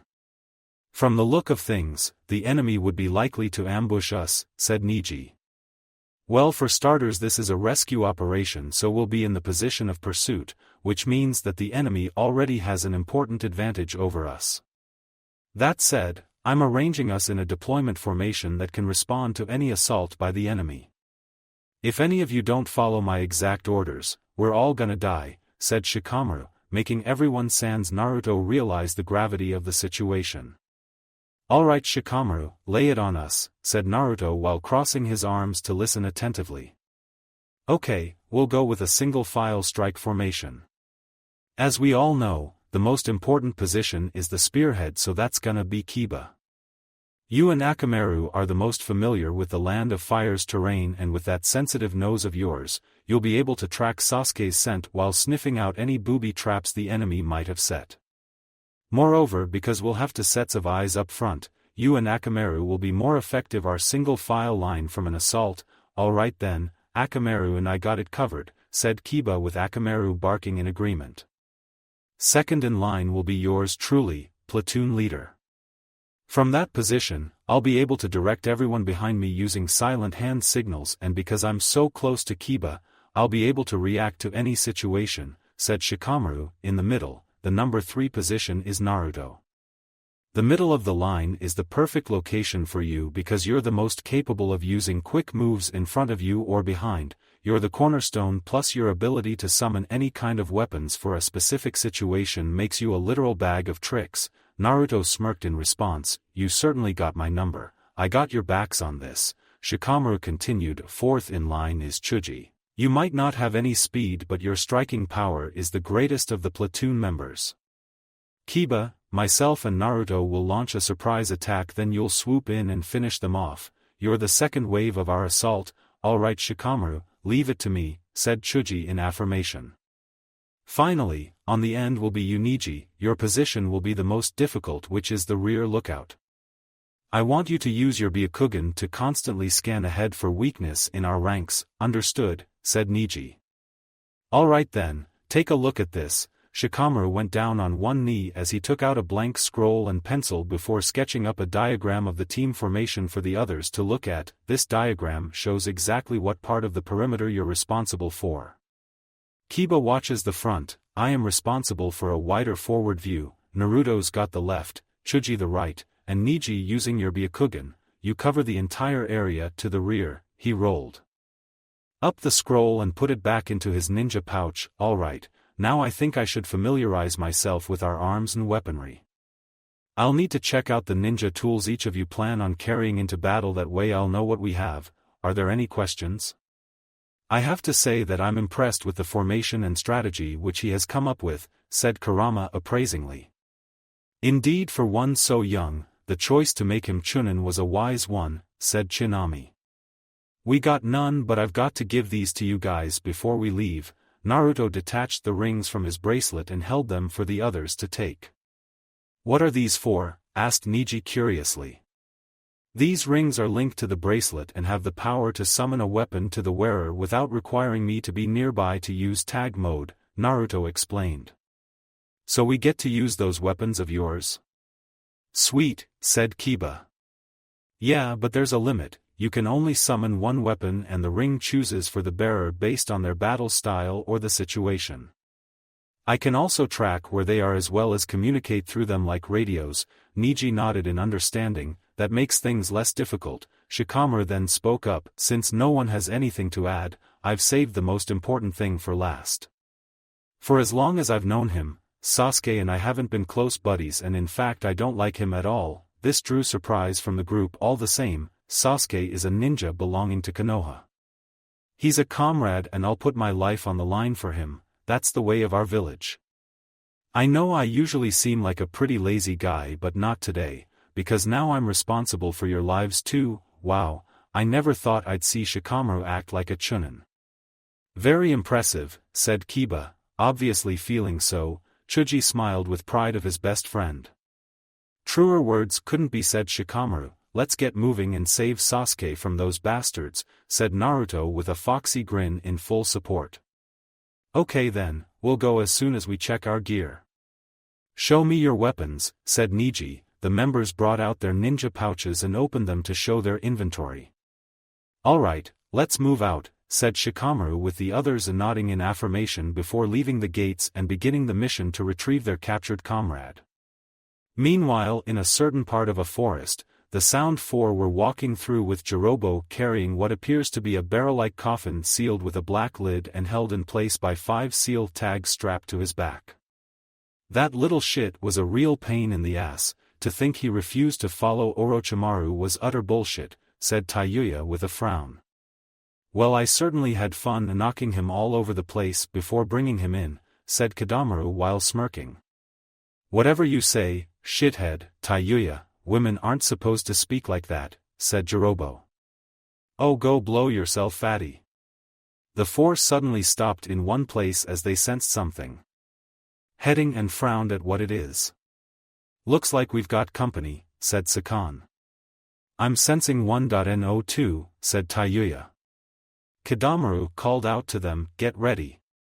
2 blurs rushed towards them from behind. The Sound Four attempted to escape but were intercepted by the blurs, which were revealed to be Genma, who was the referee for the Chunin exam finals, and his partner Rado.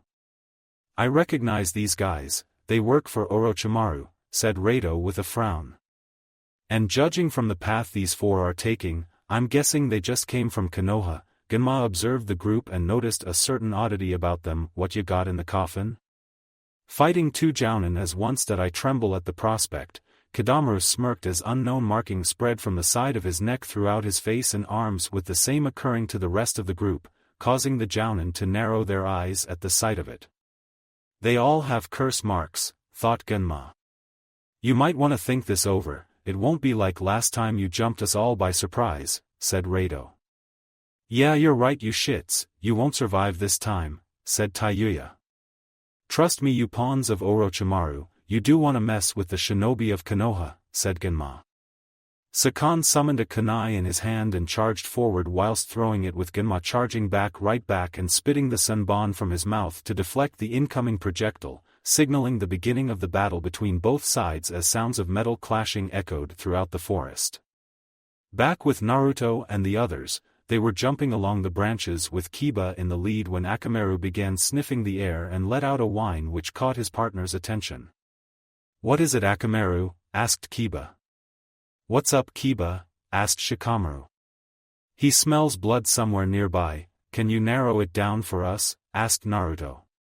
Hang on for a minute. Kiba and Akamaru sniffed the air for about a minute. Okay, here's what happened. The scent of two newcomers converged on the scent of Sasuke and 4 others. The two have stayed behind while Sasuke's group have moved on. Sounds to me like someone tried to intercept them but were defeated and left for dead, said Shikamaru. So what does that mean for us? Asked Naruto. If we go to the spot where the battle took place so we can gather some valuable information concerning the 4 who kidnapped Sasuke, but we can't just rush in as it might be trap. So we get close enough, we'll go into full reconnaissance mode and take it slow, and while we're doing that, Sasuke's capturers who have carried him beyond the borders of the land of fire and out of our hands, Neji pointed out to the others. We're at a crossroads, Shika, which path do we take? Asked Naruto. Shikamaru was silent for a few moments before speaking up. We continue our pursuit, however we must also be cautious. Those guys have already been in a battle so they'll be on their guard. Unless they're complete idiots. Then they'll have to know there's gonna be more ninja on their trail, which means they might have set up traps or ambushes ahead of us, said Neji. Right, so we must proceed with caution from this point and put all your senses on full alert. If you detect anything out of the ordinary, sound the alarm. We need to find these guys before they find us. No problem, got some new jutsu which I'm dying to try out on some poor saps, said Naruto with a smirk. Kiba frowned upon hearing that Naruto, he's always getting stronger every time I see him. Just when I thought that I was catching up with him, he keeps pulling ahead of me, then he suddenly picked up the scent of the enemies. The enemy's scent is here. All around us. Everyone stop. Shikamaru quickly called out with the group landing on a tree branch at once, then he glanced up to catch sight of something. Look up there. The rest did so to see an explosive tag stuck to a tree trunk above them. An explosive tag, and I'm sure that there's 5 more of them. They must be using a perimeter barrier, said Neji. A perimeter barrier? Asked Chuji. It's a type of trap ninjutsu which has a time delay after it has been breached long enough for the intruder to arrive at the center before automatically triggering itself. I read about it from my father's scrolls, Naruto explained. Ugh, now we gotta waste time going around it, Kiba grumbled. We don't have much of a choice but to go through while watching out for more traps, said Shikamaru. Then he jumped off the tree to the ground. Let's go this way. Naruto and the others followed after him while walking cautiously along the ground. They could see numerous trip wires along the way and made sure to avoid making any kind of contact with them as they moved on. Man, this whole place is crawling with booby traps, said Kiba. Yeah, but luckily they're easy to spot. These guys are moving fast and getting sloppy, said Shikamaru. Naruto was also avoiding the trip wires, but something was bugging him. Surely Orochimaru sent elites to capture Sasuke and yet they're using this level of trappings? The blonde carefully looked at each tripwire as he passes over when he noticed something out. Hey guys, don't move. This caused the others to stop in their tracks. What is it, Naruto? Asked Chuji. Naruto crouched down on one knee as he looked at the tripwire before him. Take a closer look at this. They gathered at his position and looked at the wire. There they saw another one, but thinner and almost impossible to see from a distance. They've created a trap within a trap. how clever of them, said Neji. So they made those tripwires visible to make us less aware in a way before catching us off guard with hidden triggers. It might mean that they're not far from here, said Shikamaru. I'll scout ahead, Byakugan. Neji activated his dojutsu to scan ahead of the team before speaking up. I've located them. All right then, time to bust some heads, said Naruto. First we make a plan and get it right, then we can nail those bastards so I can go home and do less troublesome things, said Shikamaru. He gathered them together and proceeded to tell them of his plan as they listened attentively. That's it. Kiba, the timing of those smoke bombs is absolutely crucial. Got it?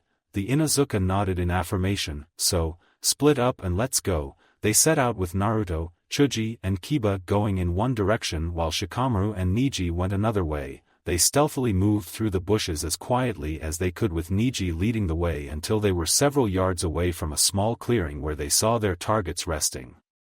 Looks like we caught them napping, Shikamaru noticed something odd. Hold on, where's Sasuke?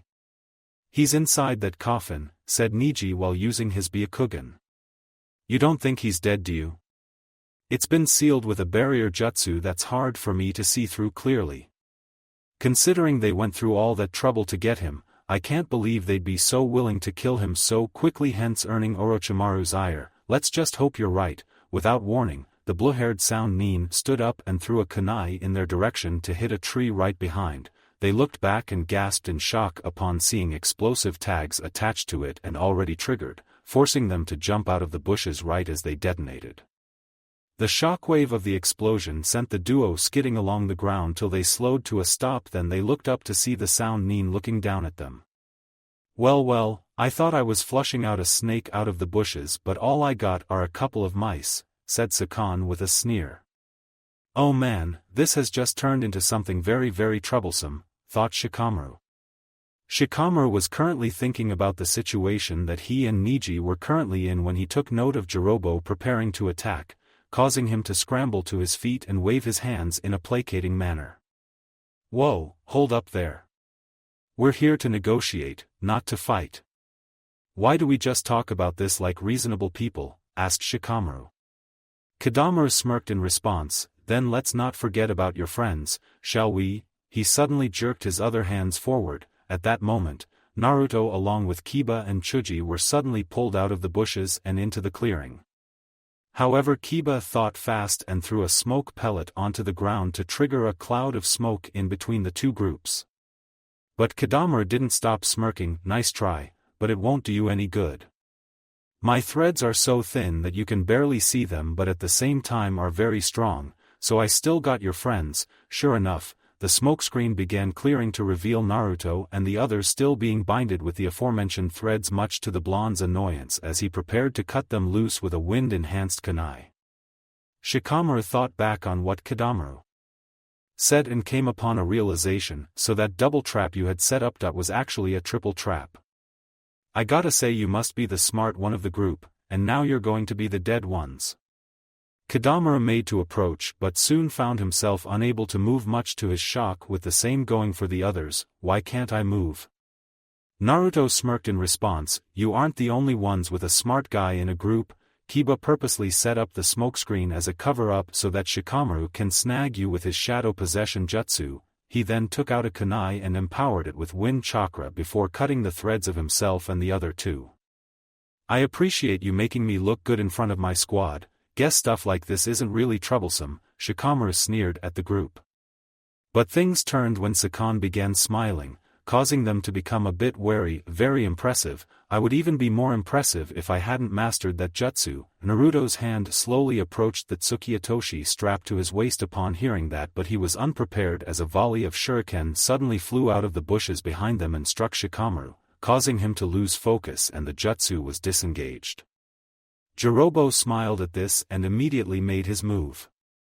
Earth style, Earth Dome Prison. He slammed a palm to the ground, causing it to quake as the earth suddenly rose around Naruto and the group and encasing them in a dome of earth with no way out for them. What is this? Asked Neji, trying to analyze the situation. Seems like a barrier of some kind and we're stuck in it, said Shikamaru. nursing his wounds and making sure to stop any bleeding.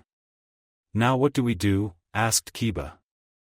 "It's obvious that we need to find our way out of here," said Naruto. Neji went to examine the dome itself. It appears to be nothing more than a dirt wall. "Even so, there must be more to it than just that," said Shikamaru cautiously. Kiba scoffed in response, "A wall is a wall and there's no wall I can't punch a hole through." "I guess so, we certainly need to do something to get out of here despite the risks." Kiba took a crouching position with his claws bared before lunging at the wall, tunneling Fang. He spun rapidly like that of a horizontal tornado as he slammed into the wall and proceeded to burrow his way through with dust and stones flying about. He soon stopped only to reveal a medium-sized indent on the wall and jumped back to the ground only to look and be surprised at what he and the rest are seeing. "The damn wall is repairing itself," said Shikamaru in surprise as the very thing is happening before his eyes. "So it's more than just a dirt wall, Byakugan." Neji activated his jutsu for further examination and was taken aback at what he's seeing. "What is it, Neji?" asked Naruto.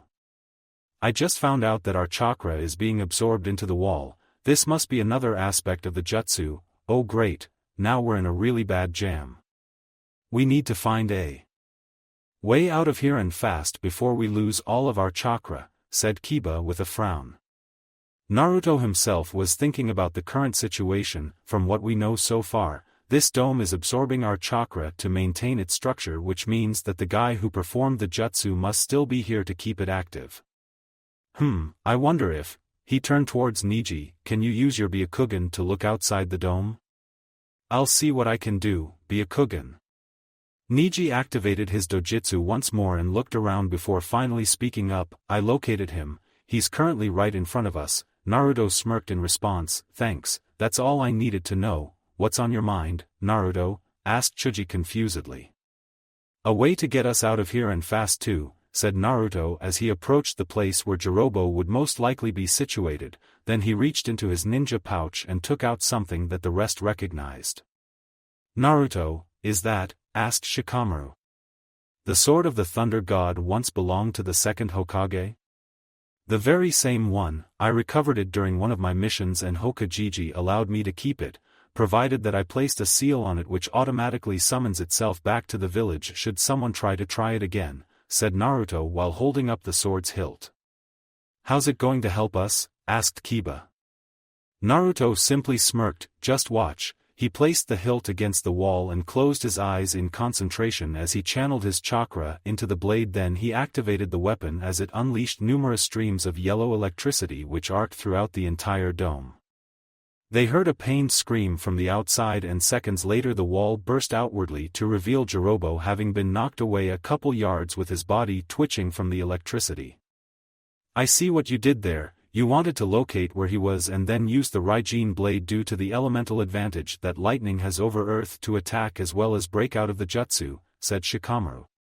"That was totally awesome, Naruto. Thanks for getting us out of there," said Chuji gratefully.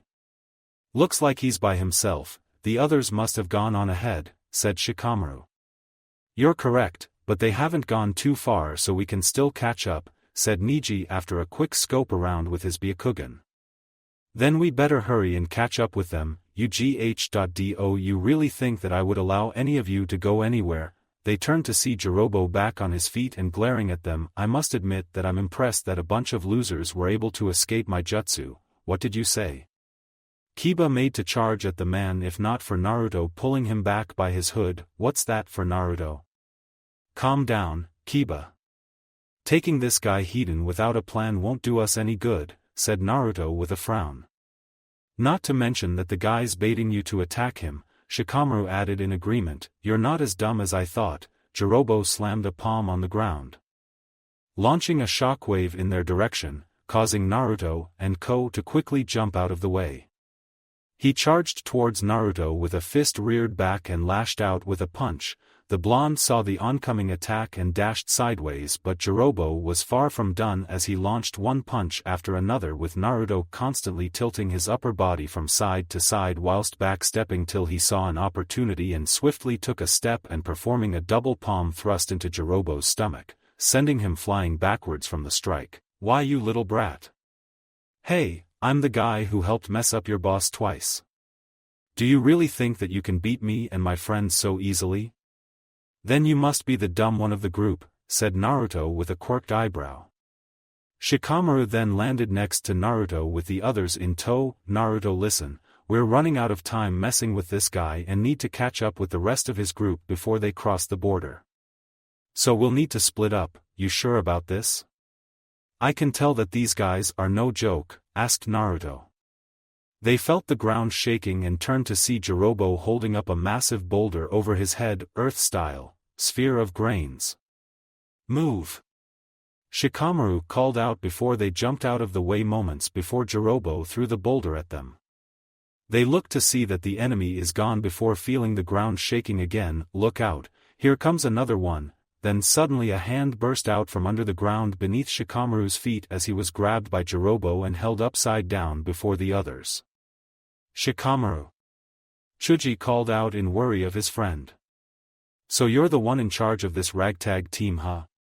When you got an idiot for a leader, the whole team suffers. Know what I mean, said Jirobo, causing Naruto and Chuji to grit their teeth in anger at his words. So why don't I do you all a favor and get rid of him for you? He twirled Shikamaru and tossed him aside. Partial expansion jutsu. Chuji quickly bloated himself up, human boulder, then he rapidly rolled to intercept and managed to get to Shikamaru before he slammed into a tree trunk. Thanks Chuji, said Shikamaru in gratitude. Humph, and here I thought I was doing you all a favor. Talk about ungrateful, said Jirobo. Naruto began cracking his knuckles as he took a step forward. You really got some balls in between those legs to be talking trash about us. Think it's time that they got popped. He was about to attack when he heard Chuji call out to him. Leave him to me, Naruto, this guy's mine, said Chuji with anger in his eyes. Naruto turned back with a look of concern. But Chuji, he's mine, I said. Naruto let out a sigh. He could see that his friend's mind is made up and is not willing to budge an inch. Chuji reached into his pouch and took out a smaller brown one and held it out to Shikamaru. Here Shikamaru, take this bag of food pills. Shikamaru was at first confused, then he realized what the Akimichi was planning to do. Chuji, you're not gonna. Chuji tossed it over with a smile on his face. It's okay, I got my secret weapon. Yeah, but, do you think that I'm going to wait forever? Jirobo charged towards the group with every intention to harm them. Chuji reached into his pouch again and took out a transparent plastic casing containing 3 pills colored red, yellow and green. Much to his confusion, what are those? They don't seem like regular food pills. First is the green spinach pill. Chuji opened the case to pop the green pill into his mouth and ate it, then stood at the ready. Jirobo got ready to smash through the boy to attack the others, only to be shocked to his very core when Chuji stopped him dead in his tracks. What? How is this possible? Thought Jirobo. Whoa, he suddenly gained a rapid boost in power. Could it be from those pills? Thought Naruto. Apparently so, Naruto-sama. It must be a secret recipe from his clan, said Tsunami. All of you, get going while I hold him off.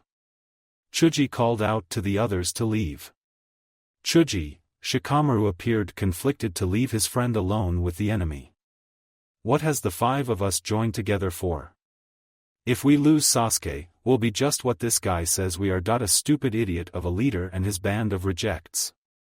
Shikamaru remained silent before finally speaking. You better catch up with us, Chuji, you hear me? Don't you die on us, man. I don't want to eat the barbecue without you around, said Naruto with a forced grin. Chuji nodded in affirmation. Yeah.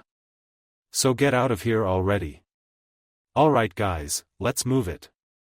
Shikamaru called out before taking off with the rest following after, albeit with hesitance. Once I finish you off, kid, your friends are gonna be next. Jirobo grunted out in annoyance. That's not gonna be easy like you think. Chuji began pushing against Jirobo to the point of him being pushed with his feet being dragged along the ground until he managed to get a proper footing. What he wasn't expecting was for Chuji to grab hold of his rope belt and throw him along the ground and slamming into a tree trunk. So far so good. Meanwhile, the remainder of the retrieval team were making their way towards the other members of the Sound 4 and the captive Sasuke. Shikamaru passed the bag of food pills around for the others to consume and recover the chakra lost when they were trapped by Jirobo. That was when Neji decided to ask Shikamaru about something. Those 3 food pills which I saw Chuji hold, they seem to be some last-minute trump card. Will they be enough to help him win? Asked Neji.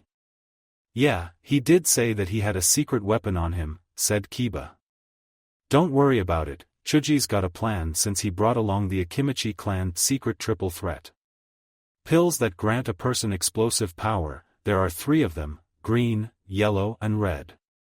The amount of energy that each pill contains is absolutely massive, Shikamaru explained to the team. But there's a catch, isn't there? Otherwise you wouldn't have hesitated to leave him behind, said Naruto. Yeah, the side effects can be very troublesome, which is why I'm hoping that he ends the battle before being forced to take the red pill. It could be that the pills can be life-threatening if consumed too much, said Kurama with a frown. Then I hope that he uses the ring before then, thought Naruto. Back at the fight, Chuji was panting slightly when he suddenly felt a lot of pain in his stomach and knew this to be the side effect of eating the pill and gritted his teeth to bear the pain. I never would have thought that the first pill would hurt this much, I gotta finish this battle fast. Chuji wrapped ropes of kunai around himself as Jirobo managed to get back to his feet, partial expansion jutsu, then he bloated himself once more before withdrawing his arms, legs and head within himself, spiky human boulder. He quickly rolled towards Jirobo, who quickly jumped out of the way for the tree to be knocked down from the impact. Then he turned to continue his pursuit of the target. He's upped his rotation and destructive power by using those stringed kunai like spikes, thought Jirobo as he faced his opponent. He crouched low and slammed his palms on the ground earth-style, Terra shield. A large slab of earth rose from the ground between him and Chuji to serve as a barrier. He heard a slam on the other side and thought that he was stopped successfully, but then the wall crumbled to reveal Chuji burrowing through, much to his shock, and raised his hands to stop him, only to be pushed again like before. Jirobo used all his strength to stop Chuji, but some of the kunai were able to stab several parts of his body. Did I get him? Thought Chuji. His attacks should have at least caused enough damage to limit his opponent's mobility. Then he noticed something strange. He saw some strange markings appear on Jirobo's face and parts of his body as he glared back at him. Don't think that this is over, you little punk. Jirobo reared a hand back to strike, shattering palm. He slammed a palm into Chuji's stomach with such force that it sent him flying with a scream of pain as he was forcefully reverted back to his normal form and sent tumbling backwards to a stop. What was that? He got so strong all of a sudden, Chuji, as he struggled back to his feet. Jirobo spoke up with a sneer. Hasn't anyone told you? In a team of 5, there's always someone who's simply deadweight. The guy who is the butt of everyone's jokes, and when thick comes to thin, he's the one to serve as cannon fodder. And guess what? That person is you. Chuji glared back in return. Those words made him remember how everyone looks down and critique him for every little thing, mostly his weight. That momentary distraction costed as Jirobo charged in and launched a barrage of attacks, with the Akimichi defending the best he can but the overwhelming strength for his enemy and the side effects from the pill impeded his efforts and sent tumbling back once again. Heh, a loser to the end. Sure, you had some backbone, but it didn't last long at all. You're the epitome of failure. But you can't be blamed. After all, you should blame your stupid leader for choosing you. That blonde spiky brat would have made a better leader than him, said Jirobo tauntingly. Hearing that only served to anger Chuji instead, Shikamaru chose him to be part of the retrieval squad because he believed he could count on him. Naruto himself didn't even attempt to be the leader because he too believes in Shikamaru, and both of them had entrusted him to hold this guy back while they continued on with the mission with the belief that he would catch up with them. They believe in me, I can't let them down by losing to this guy, thought Chuji as he stood up once more and took out the plastic case to eat the yellow pill. Second is the yellow curry pill. His body surged with even more chakra compared to the green pill. Jirobo scoffed in response, however, not a bad amount of chakra, but a far cry from even being called a snack. We'll see about that, fatso. Chuji smirked upon seeing Jirobo's face twist in anger. feeling a certain sense of satisfaction. "Don't call me that."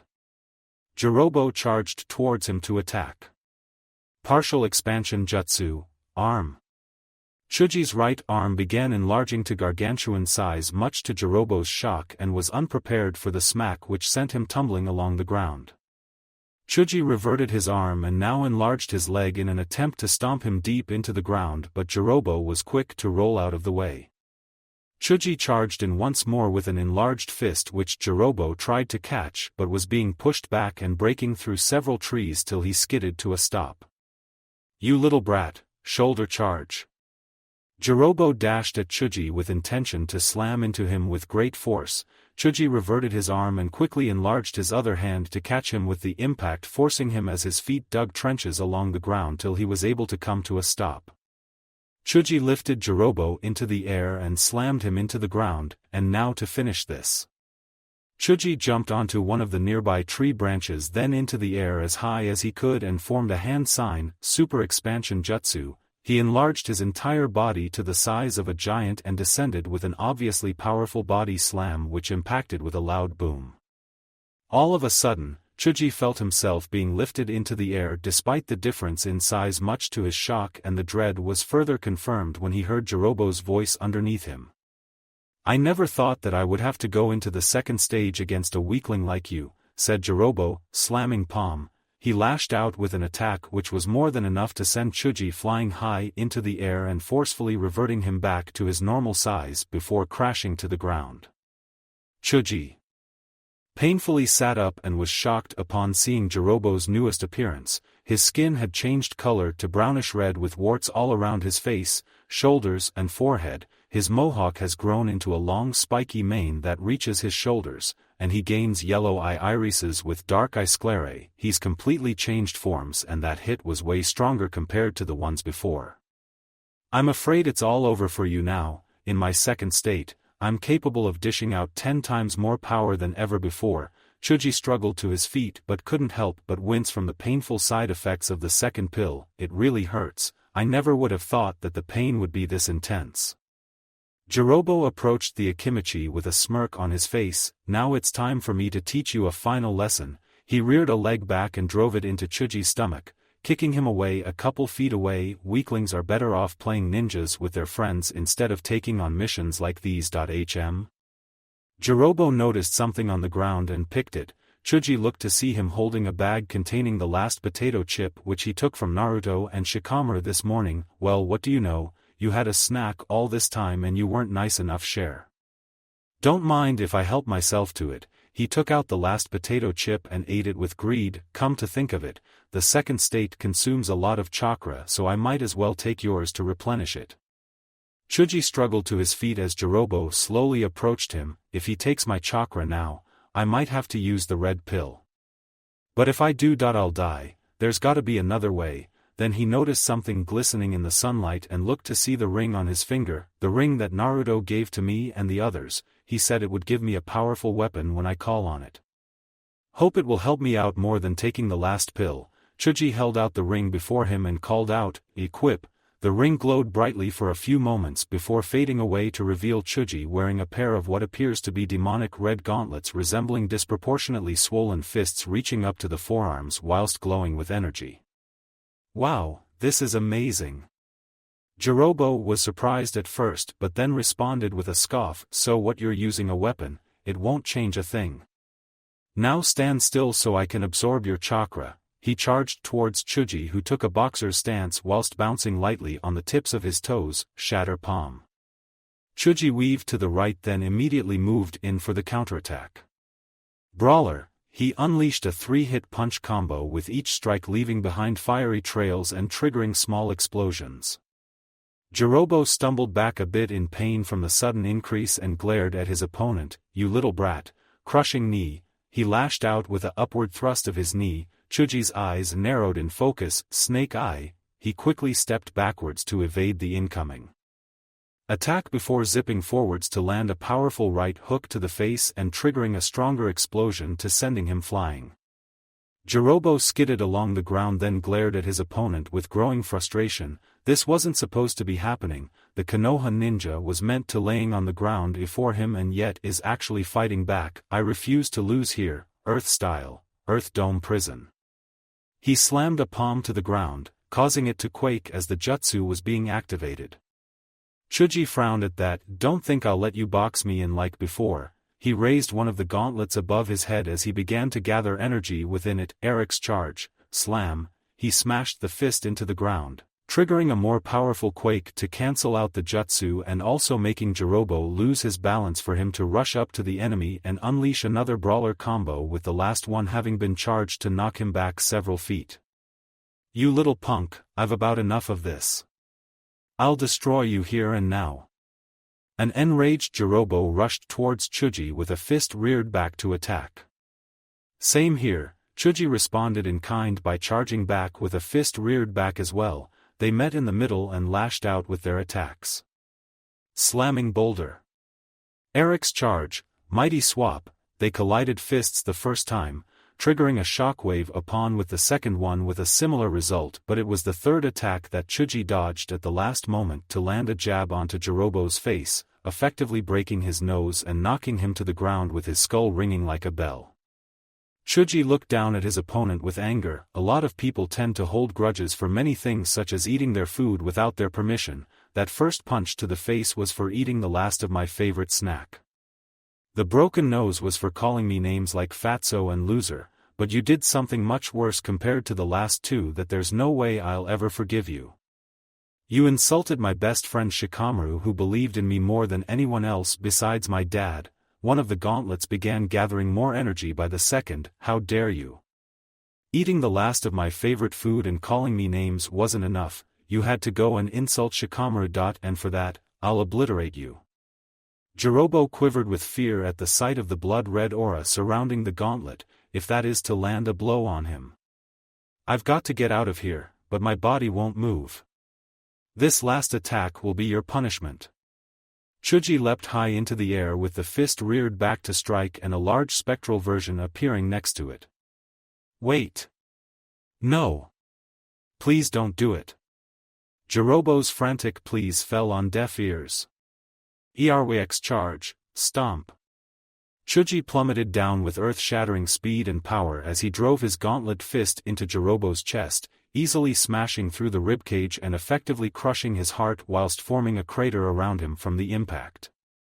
The sound ninja was reverted from his second state as he laid there unmoving with his chest visibly caved in from the impact, signaling his death. Chuji took a couple steps back before collapsing to the ground and panted heavily as the gauntlets disappeared into the ring as he laid there in exhaustion. Pant pant pant I did it. I won. Chuji smiled tiredly at the feeling of victory. I need to call the others. The ring responded to his thoughts and glowed slightly to contact the others. Chuji, is that you? Asked Naruto through the rings. Yeah, it's me. I was able to beat him. Kiba's voice was heard next. For real? That's so dope, Chuji. Akamaru barked in agreement with his partner. Yeah man, guess it's double for the barbecue for you man, said Naruto. Glad to hear that Chuji. What's your condition? Asked Shikamaru. I'm damaged to a certain point and the side effects of eating the green and yellow pills haven't gone away, said Chuji, hearing a sigh of relief from Shikamaru. I see, then it's best that you stay behind and recover, but, Neji interjected, he speaks the truth. Shikamaru told us of the effects of the pills. Right now, you aren't in a good condition to assist us further. They're right Chuji, you already played a big part in this mission by taking out one of the enemies, which increases our chances of accomplishing this. This is an achievement you should be proud of, said Naruto. Just hang tight until we get back, so you can tell us how you took that guy down. He was really getting on my nerves with him talking trash. Okay guys, I'll be waiting for you. Chuji finally relented. Don't worry Chuji, we'll be back soon, said Shikamaru before ending the transmission. Chuji slowly got to his feet and stumbled away from the newly created clearing and went to sit against one of the trees nearby. There he reminisced on his past and how he used to be picked on before meeting Shikamaru and becoming best friends. He recalled something his father once told him. Let me tell you something, son, none of those boys have as kind a heart as you do, and someday, you'll have a group of friends who see that quality inside you and respect you for it. You'll find friends who believe in you, who trust you with their lives. Cherish those friends, Chuji. Tears began streaming down Chuji's cheeks as he cried, "You were right, Dad, I waited for a long time, but I was finally able to make some true friends. Everyone. Please come back to me alive, okay?" The remaining members of the retrieval team were leaping through the trees as fast as they could to catch up to the sound ninjas and the captured Sasuke after leaving Chuji behind to face Jirobo, and were contacted of his success at defeating him but not in any condition to catch up and help them further. Akamaru suddenly sniffed something and barked at Kiba, who nodded in response. "Hey guys, we're getting close," Kiba alerted the group. Neji activated his Byakugan and scouted to seek out any oddities. That's strange, it's still been quite a long time and yet we haven't encountered any traps. What's your assessment about this, Shikamaru? It looks to me like we've been underestimated. They're rather cocky. They think we're all dead by now and that the big guy is the only one catching up to them, so they don't need to set a trap for their own man, said Shikamaru. Those idiots, have they seriously forgotten that it was Konoha that drove back 2 villages during the Chunin exams and Orochimaru being all banged up as he is right now, said Naruto with a look of annoyance. I'll have to agree with you, Naruto, I find it rather insulting, but we use their arrogance to our advantage, said Neji. You're right, which is why I've come up with a plan, said Shikamaru. We're all ears, said Kiba. The sound ninjas were making their way across the trees towards the border, partially wondering what was taking one of them so long to catch up with them. Jirobo is pretty late, isn't he? Asked Sakan. He was, but he just arrived, said Kadamaru before looking back to see said person finally show up and was right behind them. It's about time. What took you so long? Asked Sakan. Sorry, it took longer than I thought to eat those losers' chakra, said Jirobo. Taiyuya scowled in response, you'd better listen up, fat ass, you're the one supposed to carry the coffin, so get on with it already. Jirobo nodded quietly in affirmation. Okay. The group were silent until Kadamaru spoke up. You seem to be awfully quiet today, so, what's it to you? Asked Jirobo. Kadamaru landed on a tree branch and turned to face him. It means that I won't be handing the coffin over since you're not the real Jirobo. He threw the coffin over to Taiyuya. Let me handle this one, fellas, I'll catch up once I'm done here. Taiyuya and Sakan nodded in affirmation before taking off once more. Jirobo drew out a kunai and rushed into attack, but Kadamaru used a pair of his 6 arms to block the attack. Jirobo puffed into smoke to reveal Shikamaru being the impersonator. How did you know? Asked Shikamaru. The real Jirobo is always scolding Taiyuya for having a potty mouth. Well, can't blame me for trying. Shikamaru lashed out with a kick, but Kadamaru blocked it as well before going for a counter. Ninja art, spiderweb net. Kadamaru's cheeks bulged before he spat out a web which knocked Shikamaru back and struck him to a tree trunk. He was smirking when he sensed something approaching from behind and turned to see Naruto lunging at him with a fist reared back along with some of his shadow clones.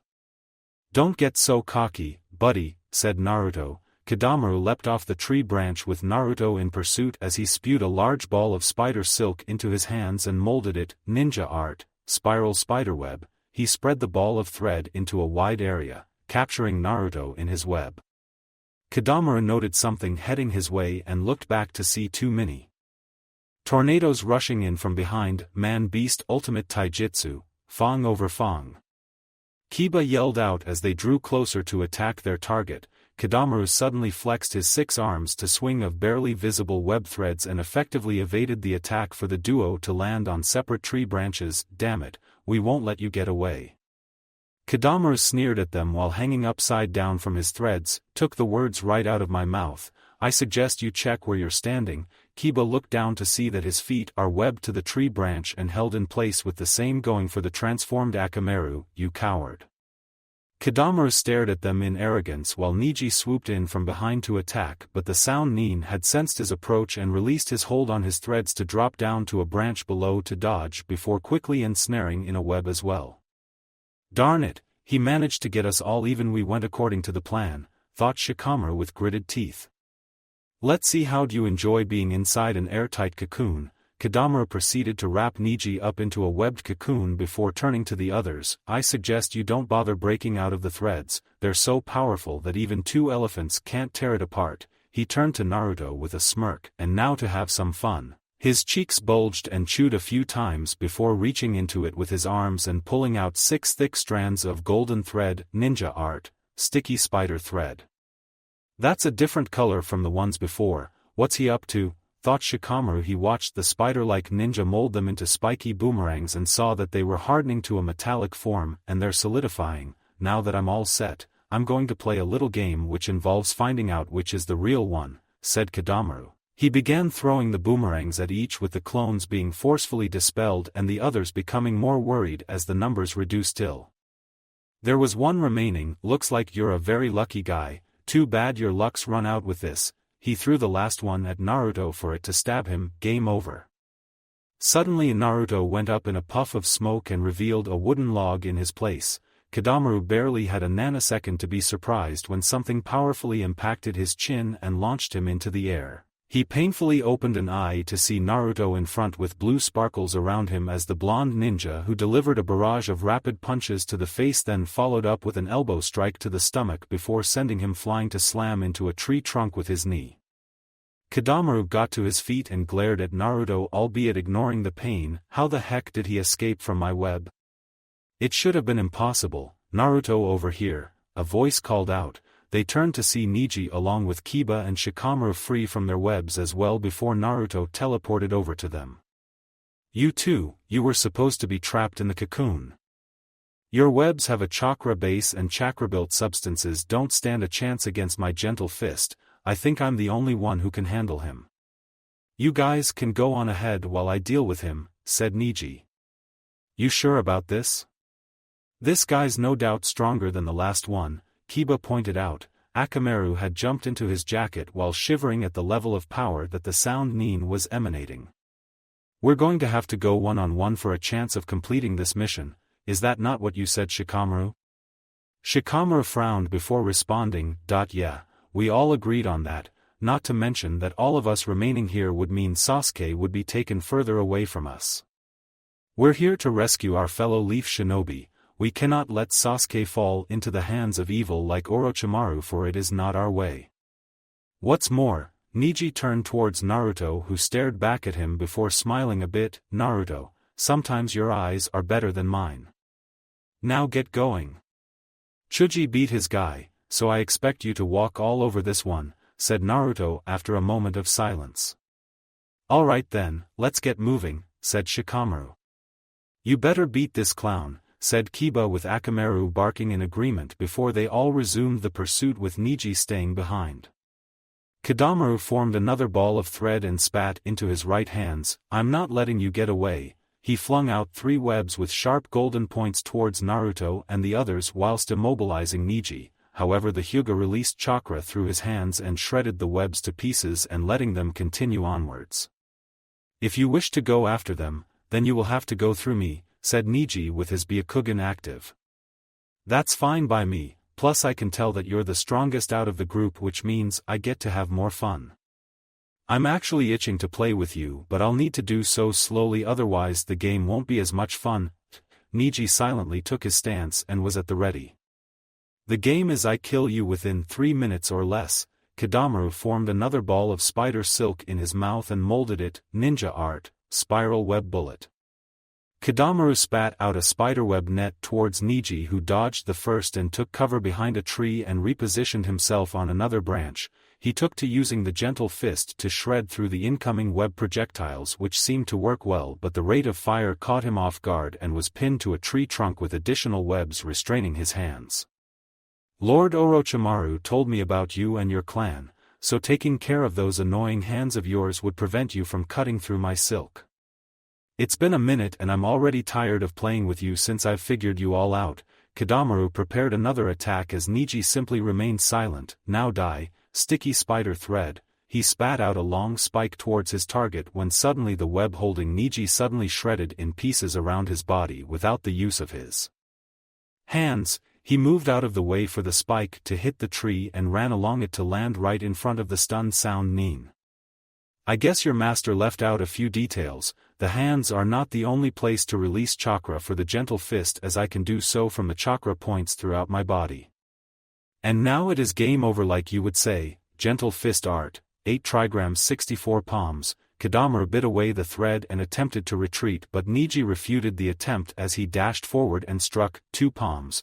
Then he proceeded with the assault, 4 palms, 8 palms, 16 palms, 32 palms, 64 palms.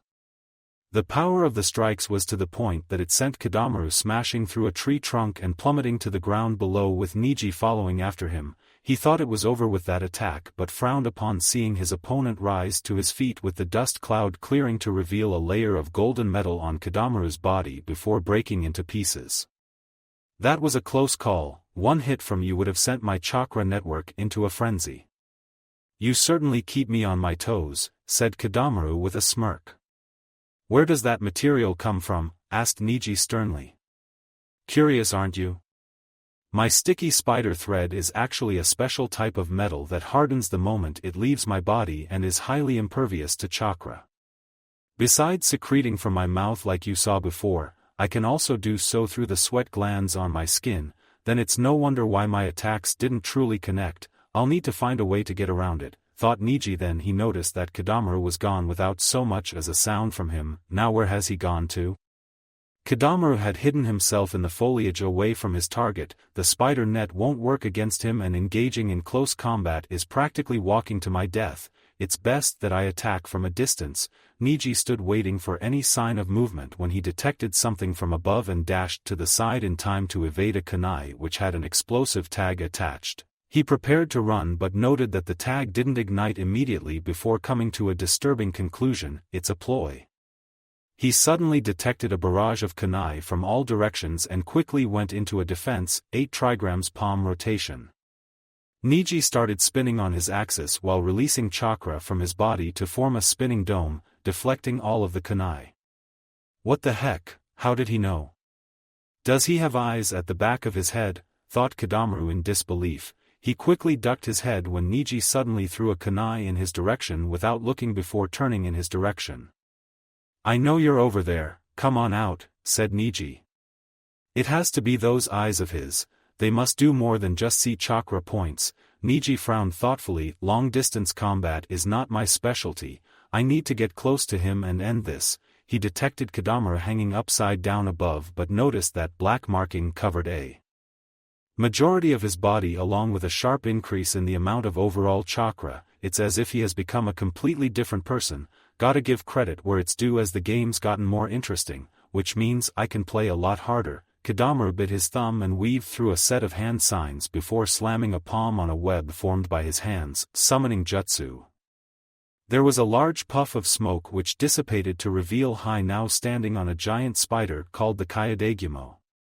I'll warn you once, I will find a way around this strong defense of yours. The spider laid out a giant egg sac onto the web as Kadamaru formed a kunai, then cut an opening for numerous baby spiders to fall towards Neji below while creating threads of spider silk. Rotation.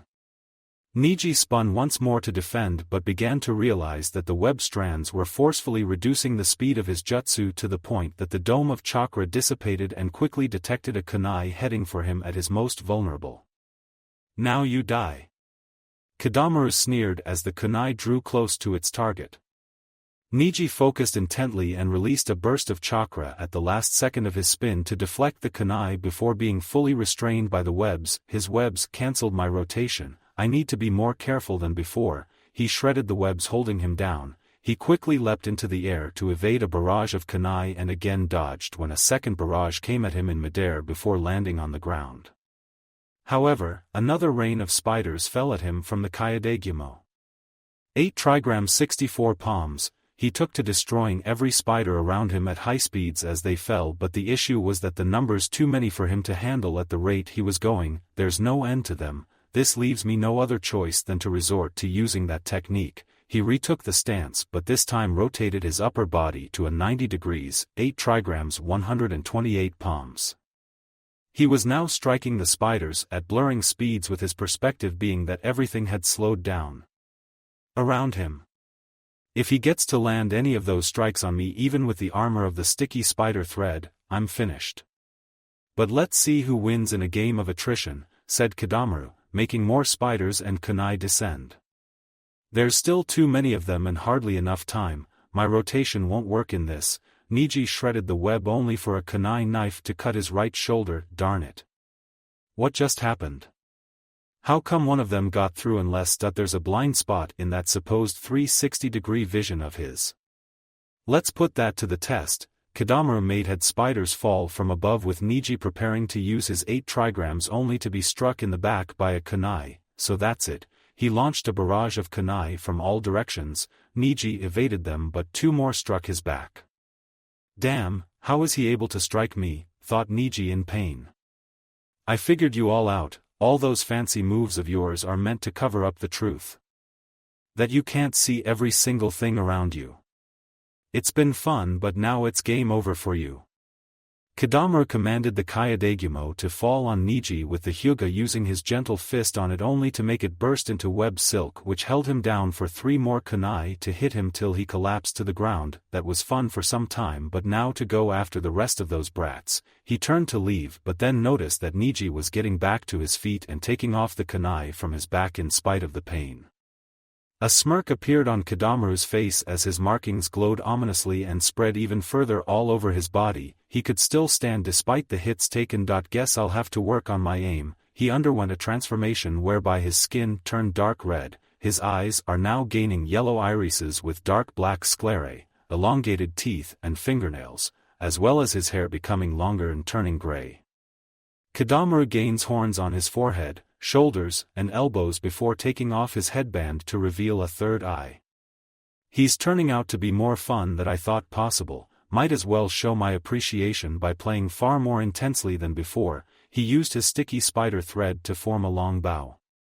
Neji was struggling to maintain himself in spite of the damage. He owes it to the insane training with Might Guy that he was still able to keeping fighting. All those moves he made were to study my techniques and abilities, which was why he found out about my blind spot. I can't get close enough as he won't let me do so, and the lack of long-range attacks is really affecting me badly. He's strong, much stronger than I am. Something glinted in the sunlight and Neji looked down to see the ring in his finger, and Naruto's voice echoed in his mind. Chuji beat his guy, so I expect you to walk all over this one, said Naruto. Neji smiled. He's tougher than I thought, Naruto, but I'm definitely sure that I can defeat him with your help. Equip. The ring glowed brightly for a few moments before fading away to reveal him holding a sheathed cobalt blue rapier. A sword? Is he so desperate that he unsealed the most useless weapon in this situation? Time to end this. Konoha formed an arrow and knocked it to the bow. Neji placed a hand on the sword's handle and began to chant, "Reincarnate." The huge dragon of calamity, taken captive by riches. Become the compensation of desire far and wide, Fafnir. At that moment, Konoha fired the arrow, which raced towards Neji as he unsheathed the sword in a flash of blue light, which then faded to reveal him donning a black and white mechanical suit of armor with various areas that glow with pale blue light. Its right arm wields a sniper rifle, and 7 octagonal shields of bluish-white light hovered at his back, with one of them having blocked the arrow. So that sword actually gave him an armor along with some kind of protective shielding, but it appears that the spacing between them is more than enough for an arrow to go through while I use a chakra thread to guide it all the way without defects. Konoha formed another arrow with a chakra thread attached before taking aim and firing the arrow at high speed. He guided the arrow to go around the barriers and aim for the blind spot, but he didn't expect to see one of the barriers to actually move to intercept the arrow and deflect it. How's this possible? My arrow moved too fast and he's too injured to be able to even dodge it, let alone sense it. He noticed something else through his third eye. Neji doesn't have his Byakugan active, he's not even using that eye of his. I'll need to put some distance between us as that weapon in his hand is making me uncomfortable. Konoha leapt further away and continued to observe the new changes to his opponent. So he's now donning some sort of armor along with shields of energy which automatically defend him but doesn't seem to possess much agility since he didn't even attempt to dodge the arrow and rather had the shields protect him. Just have to keep the shields busy so I can get the hit in. He formed several arrows with one of them sporting a drill-like tip. Konoha knocked several normal arrows to the bow before firing them all at once, and sure enough the energy shields were quick to defend. Now's my chance. He fired the drill-tipped arrow with maximum velocity as it zipped past the preoccupied shields towards Neji's blind spot. This is my win. Neji then muttered out, "Wise blood." He suddenly rotated in a 180 spin to evade the arrow completely and took aim before firing a thin blue beam of energy which flew at high speed and struck a stunned Konoha, encasing his body in ice as he toppled over to crash to the ground. How could it be? There was no way he could have seen the attack and dodged to even counter. He heard a low hum and looked only to be shocked to see Neji flying towards him. How? This armor is called a drag ride, which give the wearer the war potential of 1,000 soldiers. This one's a special drag ride called Fafnir, which has a special ability called Wise Blood. It allows me to see a few seconds into the future with a radius of a few dozen meters, so I use this to dodge your attacks even from a blind spot before using the freeze cannon to take you down. So, you were luring me in this time, indeed. You were gathering information about me with every attack, so I purposely gave you false information which would open a window of opportunity for me to strike. Neji took aim with the rifle. Konoha chuckled weakly, feeling his entire body go completely numb. Guess I'm the loser in this game, indeed, but I must thank you however. This fight made me realize that I must become even stronger if there are people like you. Farewell. He pulled the trigger to finish Konoha off with a headshot before the drag ride reverted to its sword form. I need to contact the others. The ring complied with Neji's wish and immediately connected with them. That you, Neji? Asked Shikamaru. Yes, I was able to defeat my opponent but suffered damage. It will take some time to treat my wounds before I would be able to catch up with you all, said Neji, albeit wincing from the aforementioned wounds. So the guy's strong like we thought. Guess we better keep our guard up with the rest of those bastards then, said Kiba. Focus on healing yourself, Neji, then catch up when you can, said Naruto. Understood. Neji felt the connection ended before reaching into the pouch for the med kit to begin patching himself up. I promise to catch up to you, just wait for me for a bit longer, we're getting close to them, said Kiba. Geez, things are really starting to step up. Don't you think so? Asked Naruto. He along with Shikamaru, Kiba and Akamaru were leaping through the treetops with the sun already setting during their pursuit with the sound ninjas. Maybe so, but right now it's the three of us against the two of them. I kinda like those odds, said Shikamaru. Hey, what do you buy three of us? Asked Kiba. Arf arf. Akamaru barked, feeling rather offended at being left out. Shikamaru smirked in response. Oh, sorry about, I meant four of us. Heh, I can't wait to blow them all away with the new jutsu that Akamaru and I have been working on, said Kiba excitedly. So, what's the game plan for this one, Shika? Naruto inquired, ready to put an opinion of his own. Still working on it, but what's important is that we've got to catch up with them before the sun fully goes down, then let's speed things up and get a move on. The group increased their speed in an attempt to catch up to the remaining two sound ninjas and retrieve Sasuke from them. Ahead of them, Taiyuya and Sakan were ahead of their pursuers and trying to keep away from them until they reached the border.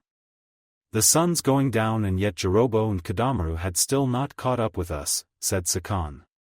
Forget about those punks, I'm more worried about what Orochimaru would do to us if we don't get this guy delivered to him in time, said Taiyuya, rather nervously. Displeasing Orochimaru often results in very dire consequences.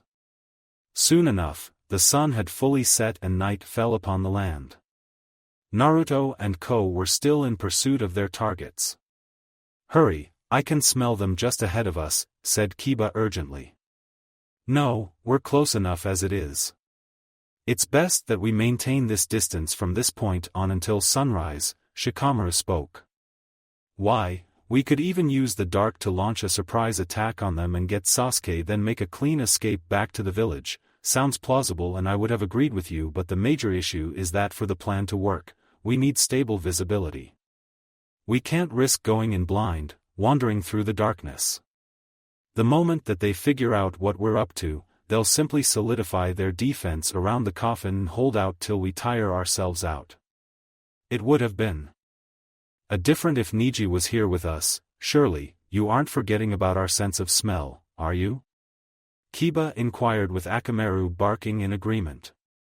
I haven't forgotten about it, but remember that they've also memorized the geography thanks to Orochimaru. Plus, Shikamaru looked up to peer through the trees and see the dimly lit moon and cloudy skies. My jutsu won't be of much help at this time with the moon being so dim and the clouds moving around overhead. To be on the safe side, we need to wait until daylight. I don't know about that idea, said Kiba unsurely. I agree with Shikamaru, Naruto spoke up. I thought you would want to attack them now than wait later. Even though we share the same rank, I would turn to Shikamaru as the go-to guy for strategies. Just trust him, he hasn't steered us wrong, Naruto insisted. Fine, then what's the plan once the sun comes up? Already working on it, said Shikamaru thoughtfully. Meanwhile, in a hideout located at the land of rice paddies, screams of pain could be heard echoing through the dark hallways. Kabuto hastened his steps into a room where the source of the pained screams came from behind a shower curtain. Lord Orochimaru, Kabuto muttered lowly. Said person was in the shower, blood seeping from his rotted arms and flowing into the drain as the snake Sannin endured the endless pain inflicted upon him from his failed assault on the Hidden Leaf village. Is Sasuke not here yet? Orochimaru demanded. Time is running out for him, he won't last at this rate, thought Kabuto. There are many other bodies ready at your disposal, you can even use mine if you wish. No, has to be Sasuke. Why do you think I've waited this long? But you're running out of time, the sword that Uzumaki used on you was stronger than we thought. We were unaware that he possessed such a weapon. Orochimaru's eyes widened as he recalled that damn memory. He almost succeeded in killing the third Hokage with the use of the forbidden reanimation jutsu if not for that blonde Jinchuriki appearing out of nowhere and using that strange sword which not only freed the past Hokages which he had been controlling but also damaged his soul directly and rendered his arms unusable. If you don't take another body right now, you will lose everything. Kabuto persisted. Everything. Orochimaru roared in pain once more as even more blood seeped out of his arms. I'll go and get them ready for you, then I'll see to it that Sasuke has been retrieved. Kabuto began leaving the room. I'll have to use Kimimaro for this. Curse you Uzumaki, curse you.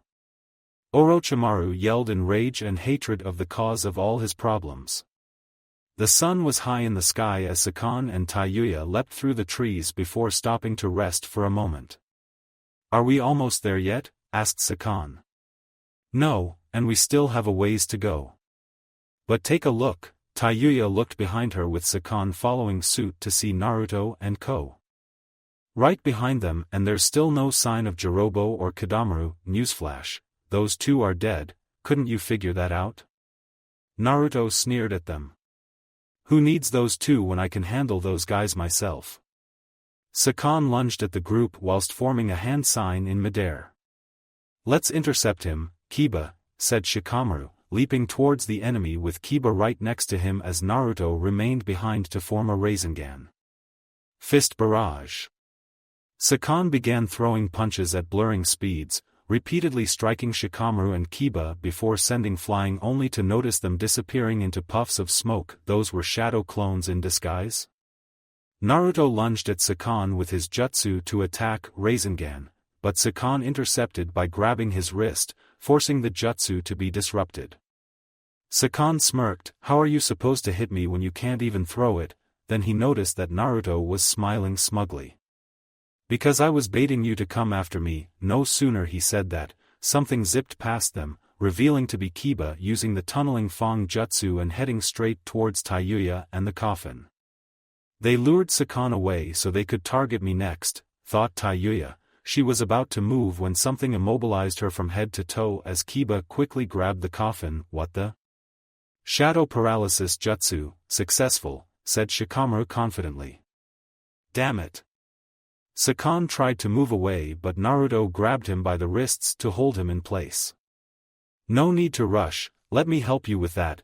Naruto reared his head back and slammed it into Sakan's to daze him before hopping back and lunging at him, bicycle kicks. He rapidly pummeled Sakan's face and chest whilst pedaling his feet in midair, flying kick, then he attacking with a powerful kick to send Sakan flying towards Taiyuya. Kiba leapt out of the way with the coffin whilst Shikamaru moved Taiyuya within range before releasing the jutsu let them crash into each other as they began to make their getaway. Come on, Shikamaru. Time to pull out, said Kiba urgently, passing the coffin over to Naruto as they moved away. Don't worry, I'm right behind you. Shikamaru responded as he followed after them. Just like I thought, they left themselves wide open. Those punks think they can get away so easily? Sakan rose to his feet as the cursed mark began spread throughout his face and body. Well, think again. He went after them with great speed unlike before with Taiyuya following after him. Naruto and the others were moving as fast as they could when Kiba suddenly sniffed the air and looked behind him. Guys, we've got incoming and it's coming in fast. What a drag, keep moving. We're almost there, said Shikamaru urgently. They moved as fast as they could with their pursuers closing in when they heard barking and looked down to see Akamaru on a tree branch with his paws on an explosive tag with several more stuck to other trees behind the puppy. Alright Akamaru, get moving once you set the tags, said Kiba as he moved past the puppy. Sakan landed on a tree branch when his heard hissing and turned to see an explosive tag burning up and about to detonate much to his horror. What? Boom! The tag exploded as the tree fell to the ground amidst flames with several others soon following suit. Perfect, he fell right into our trap, said Naruto with a smile. Kiba nodded in approval. Nicely done, Akamaru. The puppy barked happily and began scampering over to his partner. Suddenly, something leapt out of the smoke, revealing to be Sakan having escaped from the explosion which surprised Naruto and the others. Don't think you can mess with me. He launched ninja wire at Akamaru to bind him to a branch which has an explosive tag attached to it. I'm gonna kill that mutt. Get away from Akamaru. Kiba quickly rushed to save Akamaru as the tag began to detonate. Kiba, wait. Shikamaru called out. Boom! But the tag detonated with the explosive shockwave and knocking them all down towards a valley below. Kiba. Akamaru. Naruto called out in worry and was about to follow after them when Kurama quickly spoke up. Naruto-kun, there's still one more enemy approaching you, said the nine-tailed vixen urgently. Naruto looked up and growled in anger, seeing Taiyuya approaching him and Shikamaru to attack them. Damn it, we don't have time for this. Man, what a drag, Shikamaru grumbled in agreement. Down at the bottom of the valley, Kiba got back to his feet while feeling bruised in certain parts of his body but still good to go. Then he went to check on his canine partner. Akamaru, are you okay? The puppy barked in response much to his relief. That's great to hear, I was really worried about you. You won't have to worry anymore, once I send you to the afterlife, a voice spoke up, causing them to turn and see Sakan not far from them. Kiba faced him with a glare. Like that's gonna happen, you're going down here and now, I'd like to see you try. Music start. Dragon Ball Z Budokai Tenkaichi 2 OST. Gatebreaker. Kiba reached into his ninja pouch and brought out 2 soldier pills which he ate one and tossed the other to Akamaru to eat, making the puppy's fur to turn red. Alright then, ninja art of beast mimicry, all fours jutsu. Kiba went on his hands and feet before speeding forward, kicking off the rocks in a pinball manner until he was Sakan's blind spot and attacked from behind, landing a hit, got him. However, Sakan glanced over his shoulder with a smug smile, then something hit Kiba without warning and sent him tumbling away and splashing into the river nearby. Akamaru quickly ran over to check on him.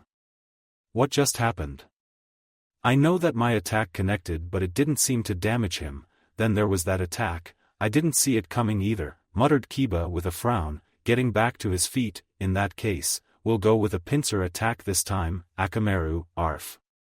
Akamaru barked in affirmation and stood at the ready. Kiba formed a hand sign as he crouched. Beast mimicry, man-beast clones. There was puff of smoke and it faded to reveal a doppelganger in Akamaru. Alright, let's go. They dashed forward while running on all fours and sharply darting left and right to throw their opponent off as they drew close. Man-beast ultimate taijutsu, Fong over Fong. They leapt into the air and started to spin, forming two mini tornadoes, then swooped down to attack from different directions with the confidence that their opponent won't be able to defend himself simultaneously. However, when the dust settled down, the results weren't what the Inuzuka and his canine partner expected at all. For some freaky reason, both of them had their hands restrained Sakan and another one was sticking out from his back. What's with this guy? Kiba was shocked to see this. He snapped back into focus and lashed out with a kick only for a foot to emerge from Sakan's stomach and block it. What the? This is quite perfect, Sakan. There's one for each of us, said the other body before launching a punch to send Kiba flying, who then puffed into smoke to reveal a hurt Akamaru on the ground. Akamaru. Kiba called out in worry. Oh, so you're the real one. Multiple fists barrage. Sakan then punched Kiba to send him crashing into a boulder. Kiba looked up to see Sakan in front of him with a punch midway which leaned out of the way to barely dodge, but an arm emerged from the elbow to grab him by the neck. Damn it! Kiba tried to break free from the chokehold but to no avail. My brother and I get along really well. Yukon usually sleeps within me while I'm active most of the time. But he would come out to play when the moment calls for it, Sakan explained. This must be his ability, now that I think of it. This must be what helped them escape when Shikamaru had captured them during our first encounter, thought Kiba. He can focus his arms and legs out of any part of my body for either offense or defense, like so. Yukon protruded his head next to Sakan's and a fist emerged from his forehead to hit Kiba in the face. Arf! Arf! Having recovered a bit, Akamaru charged in to help Kiba, but Sakan saw him coming and smirked deviously. Multiple leg barrage.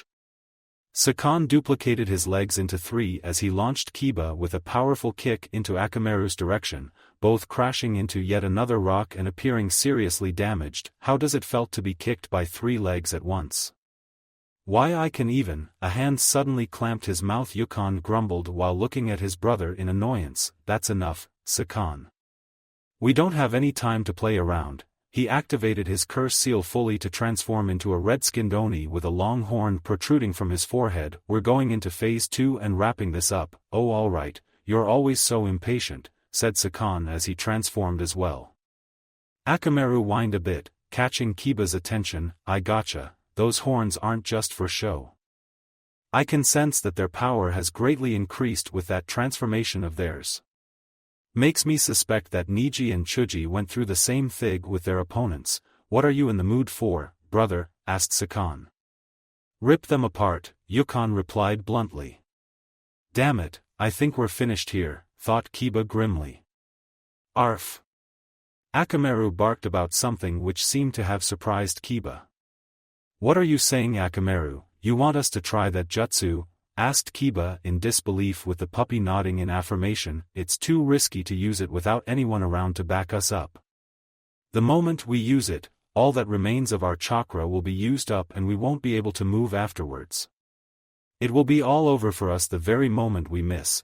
We'll have died for nothing. The next thing Kiba knew was Akamaru angrily pouncing at him and biting his hand, much to his shock. Akamaru. Having waited long enough, Sakan and Yukon charged towards the duo with intent to kill them once and for all. Akamaru immediately moved to position to protect Kiba, who looked down in thought. I must be a lousy master for you to bite me like that. All right then, Akamaru. Kiba rose to his feet and stood at the ready. We'll use the jutsu. Akamaru lunged forward and moved past them, who simply ignored the pup and went straight for Kiba with a punch which he tried to block, but the impact slammed into the rock from before and was punched in the torso with enough force to make him spit out blood. However, Kiba had braced himself and grabbed Sakan's arms to hold him in place. Now Akamaru, dynamic marking. Sakan and Yukon looked up to see Akamaru spinning in midair above them before something splashed in their faces, and immediately realizing what it is. Dog pee? What the heck kind of trick is that? Now's my chance. Kiba pulled back and kicked off a rock to somersault into the air with Akamaru landing on his head as he formed a hand sign Inuzuka style, man-beast transformation combo, two-headed wolf. There was a large of smoke before a loud thump was heard as the smoke dissipated to reveal a giant feral version of Akamaru, albeit possessing two heads that were drooling large amounts of saliva onto the ground. Sakan snorted at the sight of the transformation. All that flair and you're nothing but a slobbering dog, what can that mutt possibly do? Yukon sneered. They sharply leapt into the air and spun rapidly at speeds to appear as a giant tornado, much bigger compared to when Kiba and Akamaru used the Fang over Fang jutsu. Sakan barely avoided the incoming attack with one of his legs receiving a cut, but he suddenly slipped the moment he landed and discovered the cause of that. The drool, said Sakan in realization. Sakan, you idiot. On your right, said Yukon angrily. But the warning came too late as they were hit deadened by the attack. Wolf Fang over Fang, the combination attack continued to shred at the enemy's body until they were literally torn in half, with both halves falling away from each other and the duo landing afterwards. Kiba spoke smugly, how do you like that? Wolf Fang over Fang's revolution speed is so intense that we can't see anything while we're attacking. But it will cut you even without direct contact and will also rip you to shreds if it does. But then he was shocked to see the two halves of the body beginning to squirm and regenerate the missing halves with gray scaly replacements before rising to their feet and facing them as if nothing actually happened. Don't get ahead of yourself, brat, said Yukon. To be honest, we were planning to separate, said Sakan. They actually split into two, said Kiba in disbelief. Yukon continued to speak, things would have been bad had we taken the full brunt of that attack. Now's the time to get serious. Kiba felt the legs beginning to shake and realized what was happening. Even Akamaru was whining in concern their current status. I know, boy, we only have enough left in the tank to use Wolf Fang over Fang one more time. We need to make this last shot count, thought Kiba.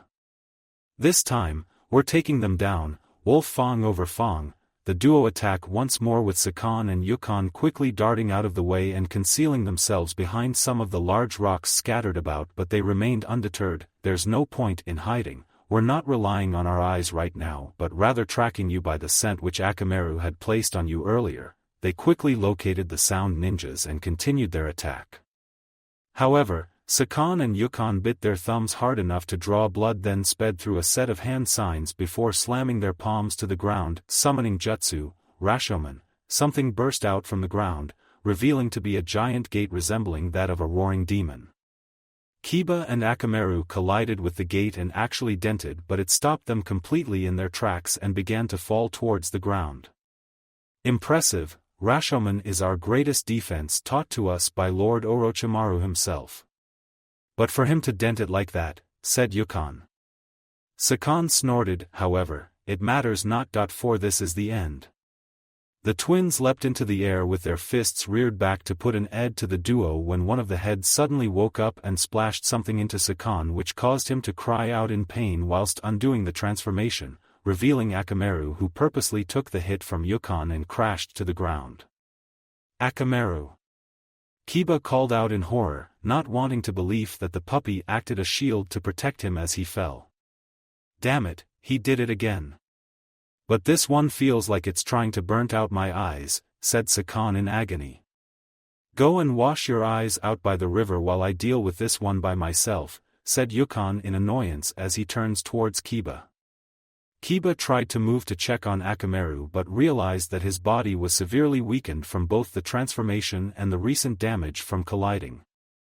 With the Rashomon gate, darn it, I can't move. This can't be the end for us, can it? Like I said before, I'm going to rip you apart, said Yukon as he strode closer. TCH, looks like I have no tricks left, said Kiba when he saw something glint and looked down to see the ring in his finger before recalling something. These rings are linked to the bracelet and have the power to summon a weapon to the wearer without requiring me to be nearby to use tag mode, Naruto's voice echoed in his mind. I've got no other options, please give me something to turn this all around so I can save Akamaru. Equip. The ring glowed brightly for a few moments before fading away to reveal Kiba wearing a device modeled on a wolf's head on his left wrist. It is purple in color with a gold bell and hammer feature. Kiba felt information about this device flow into his mind as he stood. Yukon quirked an eyebrow at this. What is that thing supposed to do besides trying to make you look pretty? Let me show you. Kiba then took a stance after opening up the wolf's head of the gong changer, Echo. Howl of the beasts. Beast on, he flicked the hammer to make it hit the bell. The device released violet energy which engulfed Kiba's body before dissipating to revealing him donning a vile tan-black helmet and bodysuit with a wolf's motif. The suit is adorned with metallic armor at the arms, feet, elbows and knees. What the heck just happened? Yukon demanded. Excitement, my style, to the limit of my will. Iron will. Geki Violet.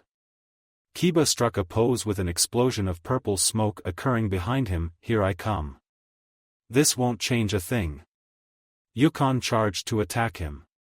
Music change, Dragon Ball Z Budokai Tenkaichi 2 OST, go ahead, Gekiwaza Wolf Ken.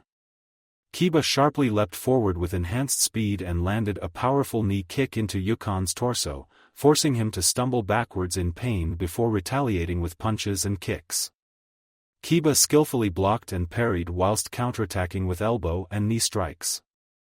He grabbed an outstretched punch by the wrist and moved in to attack. Savage elbow. He raised an arm into the arm and brought an elbow down hard on Yukon's forehead, which actually breaks off the forehead, making him stumble back. But Kiba wasn't yet done. Gekiwaza wolf kick. He performed a spinning jump into the air and landed an axe kick upside the head yet again. Yukon tumbled to the ground before rising to his feet with blood dripping down his head while disbelief at what's happening. Where the heck did he get this power? Brother, he turned to see Sakan running towards him to help. Get over here and help me deal with this punk, he's become far too annoying now. Kiba snorted behind his helmet, you haven't seen anything yet. Gekiwaza Wolf Ken. Hard attack. He tapped the gong changer, releasing a bright flash of violet light which died down to reveal him along with the sound ninjas within fighting arena, much to the latter two's shock.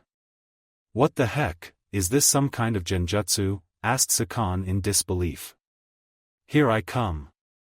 Kiba lunged at them with a flying punch and struck Sakan, snapping back into focus and attacking.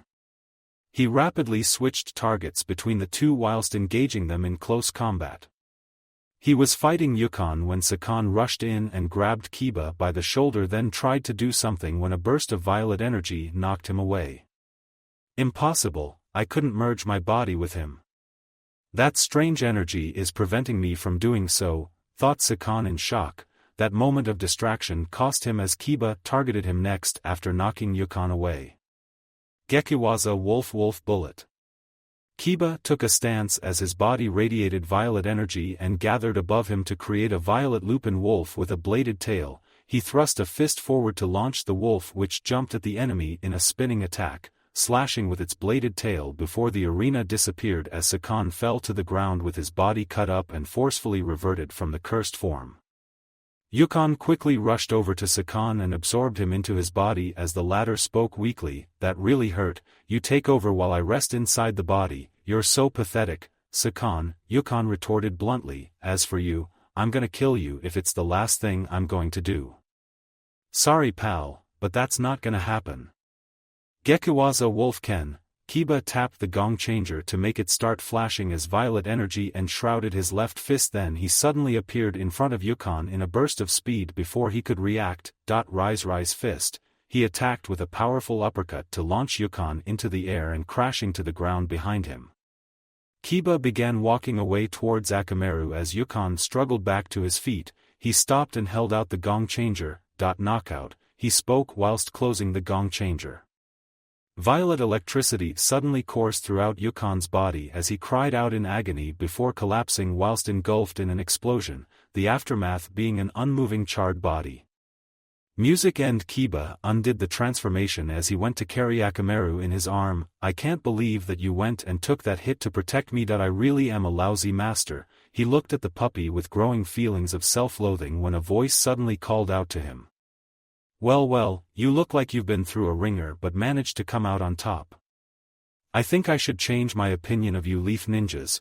Kiba turned around, ready to use the gong changer to transform again when he saw who it was that spoke, and relaxed a bit before responding, "What do you know? Looks like we're allies again." Naruto leapt through the treetops with great speed and clearly feeling frustrated in pursuit of his objective on his own. "Darn it, we had him and this had to happen," said Naruto angrily. "Please calm down, Naruto-sama. We understand the reason for your anger, but you mustn't lose focus in sight of your mission," said Tsunami. "She's right, you need to focus. There's something about this new enemy that you need to be cautious about. Without a doubt, he's much stronger compared to those four. If Orochimaru is that confident to send him alone as backup," Kurama pointed out to the blonde ninja. "You're right." Naruto took a deep breath before exhaling, feeling much calmer now. "I'll just have to be more wary about this guy, considering how he approached us before. To better understand what he meant, let's go back a bit." After being separated from Kiba and Akamaru, Naruto and Shikamaru had to deal with Taiyuya, who was the remaining member of the Sound Four. They were about to do so when a ninja suddenly showed up from out of nowhere and swiped the coffin right from under their very noses with unexpected speed and grace. They soon found out that he too is a ninja from the Sound, since Taiyuya recognized him as Kimimaro. He took off with the coffin, leaving Taiyuya to handle Naruto and Shikamaru. Left with no other options, Shikamaru chose to hold off Taiyuya while telling Naruto to pursue Kimimaro to retrieve Sasuke for sure this time. Hesitant to do so, Naruto complied with the order and went after his new opponent. Time to play catch up again. Naruto increased his speed to close the distance between him and his objective. Everyone has worked hard and risked a lot to get to this point. He can't afford to fail them. Kimimaro leapt out of the treetops to land in the middle of a wide open grassy plain where he stopped, placing the coffin next to him before looking back where he came from with a frown. "How persistent, I'll have to kill him to stop such pestering," thought Kimimaro. Soon enough, Naruto appeared and landed a short distance away before staring at Kimimaro intently. "Now then, how to destroy you?" Naruto caught sight of something peering out from one of Kimimaro's sleeves and stayed on guard. "Since you've taken the time to politely wait for me to catch up, I'd like to ask for the reason why Orochimaru is so dead set on acquiring Sasuke?" Naruto interrogated. Kimimaro looked at Naruto silently for a few seconds before finally responding. "Orochimaru-sama has already acquired the immortality jutsu, but a vast amount of time is required to attain every single jutsu." Hearing this, Naruto began to realize what's going on, and with Sasuke's Sharingan, he can do so in the shortest amount of time. So, he intends to transplant Sasuke's eyes into his body like Kakashini Eye? He doesn't need such a barbaric method. All that is required is the body to serve as a vessel for his soul to possess. Naruto, Tsunami and Kurama were stunned speechless by the revelation. Orochimaru has developed one of the darkest and most impure jutsu the world has ever known in his pursuit for power and immortality. That has to be the most messed up thing I've ever heard. That snake bastard is a megalomaniac. I should have done more than cut out a part of his soul. Naruto exclaimed angrily. Kimimaro frowned as he took a combat stance and revealed a bone shaped like a stake protruding from the palm of his hand. "I will not let you insult Orochimaru-sama. Such insults shall result in your death. Like I give a damn about what a brainwashed fanboy like you feel. I'm gonna make sure that he never achieves his goal and forever remain a cripple that he is and always will be." At this point, Kimimaro lost his temper and rushed Naruto, thrusting out to stab him in the heart. However, Naruto dodged the incoming attack with a sidestep and kicked him from the side to knock him away as he unsheathed Tsukiyatoshi and took a stance. "What's the matter? Can't handle me dissing your reptilian freak of a boss?" Naruto taunted. Kimimaro scowled at him. "I will rip that tongue from your mouth." Naruto sneered in response. "Just try it." He rushed forward, then blade and bone clashed into the middle. Kimimaro lashed out with a kick only for Naruto to block it with a knee raise, then leapt backwards with his opponent rushing at him to stab with his bone, but the blonde ninja parried it to the side and countered with a slash, but it missed as it was the opponent's turn to back away. Naruto observed his enemy and could see that he has a lot of experience in battle and has yet to reveal anything more than what he's seeing so far. Let's see, I can't force him to reveal what else he's got. Naruto concentrated as he prepared to use a secret art, Misty Slash. He moved at blurring speeds to appear behind Kimimaro and slashed at his back, but he wasn't expecting was for bone spikes to shoot out from his back to block the attack, and he had to teleport to safety when several more shot out to stab him for a counterattack. I think we got something here. Looks to me that he can manipulate the bones in his body for both offense and defense, thought Naruto. Which means that it's a bloodline inherited from his clan. This only makes him even more dangerous, said Kurama warily. Seeing the cautious look on Naruto's face, Kimimaro spoke up, so, you have realized my Kekkei Genkai.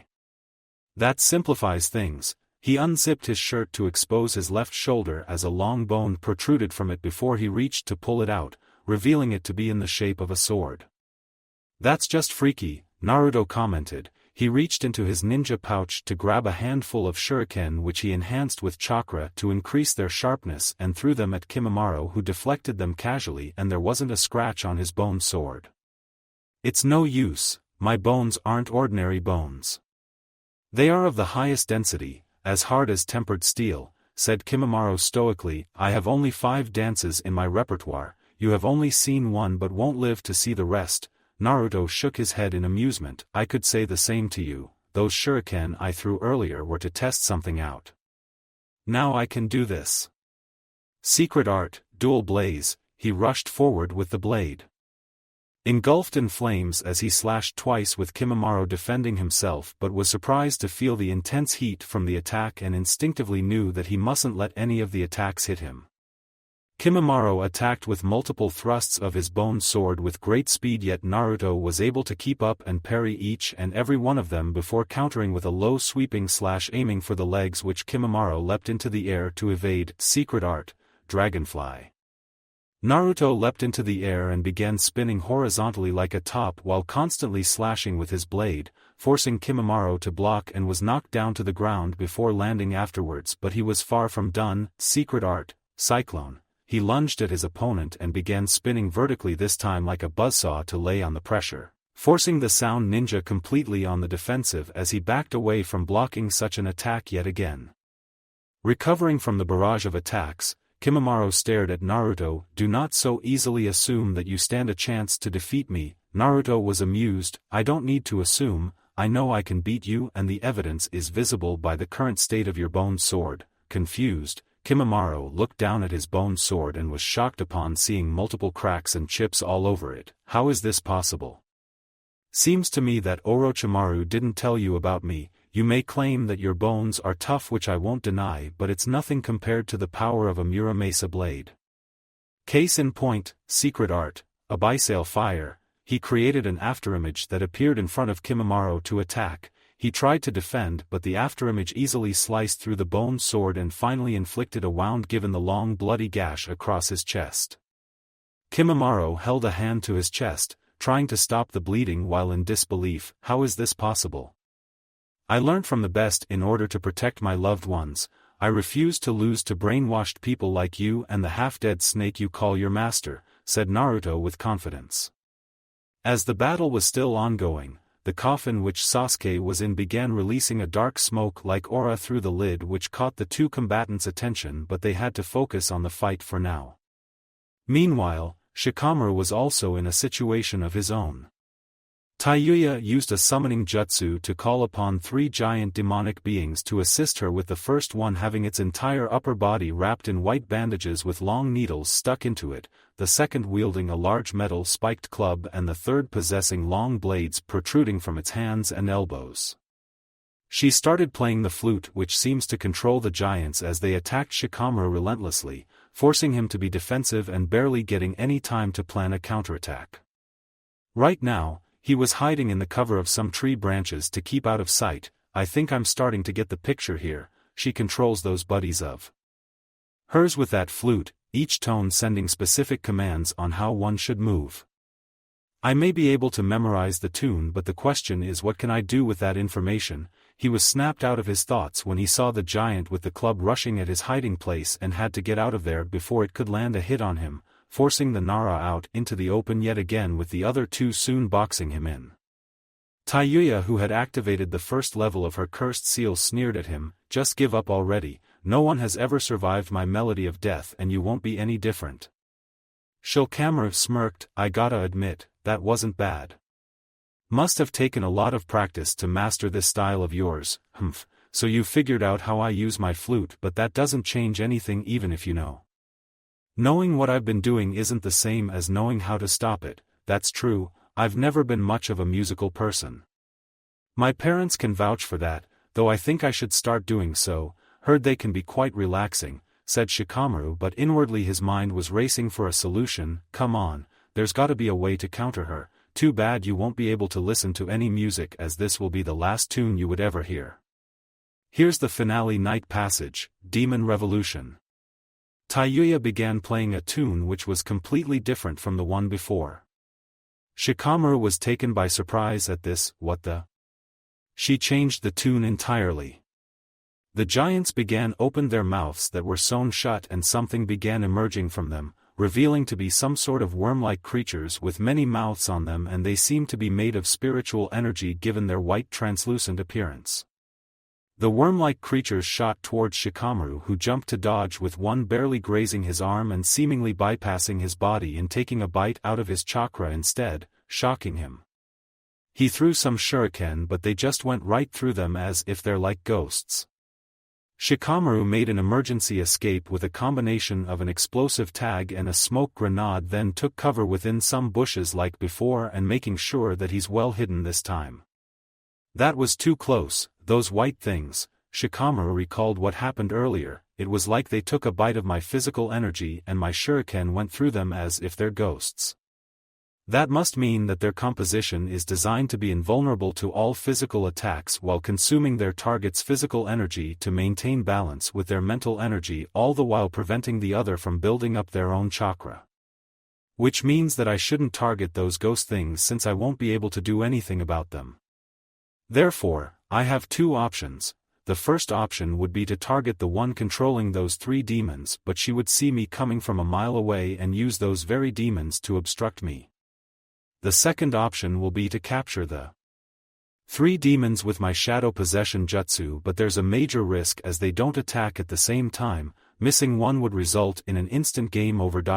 She would have been an interesting opponent to play shogi with. Shikamaru began checking what he has left in his ninja pouch. Let's see, I've got 12 kunai knives, 9 shuriken, 36 feet of wire, 1 flash bomb and 1 paper bomb.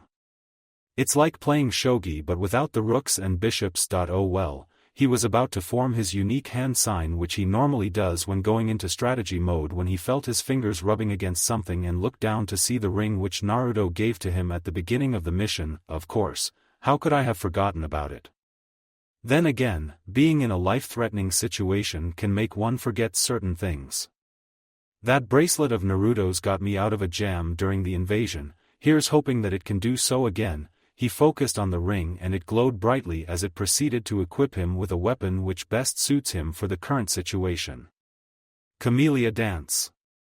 Secret Art, Wasp Swarm.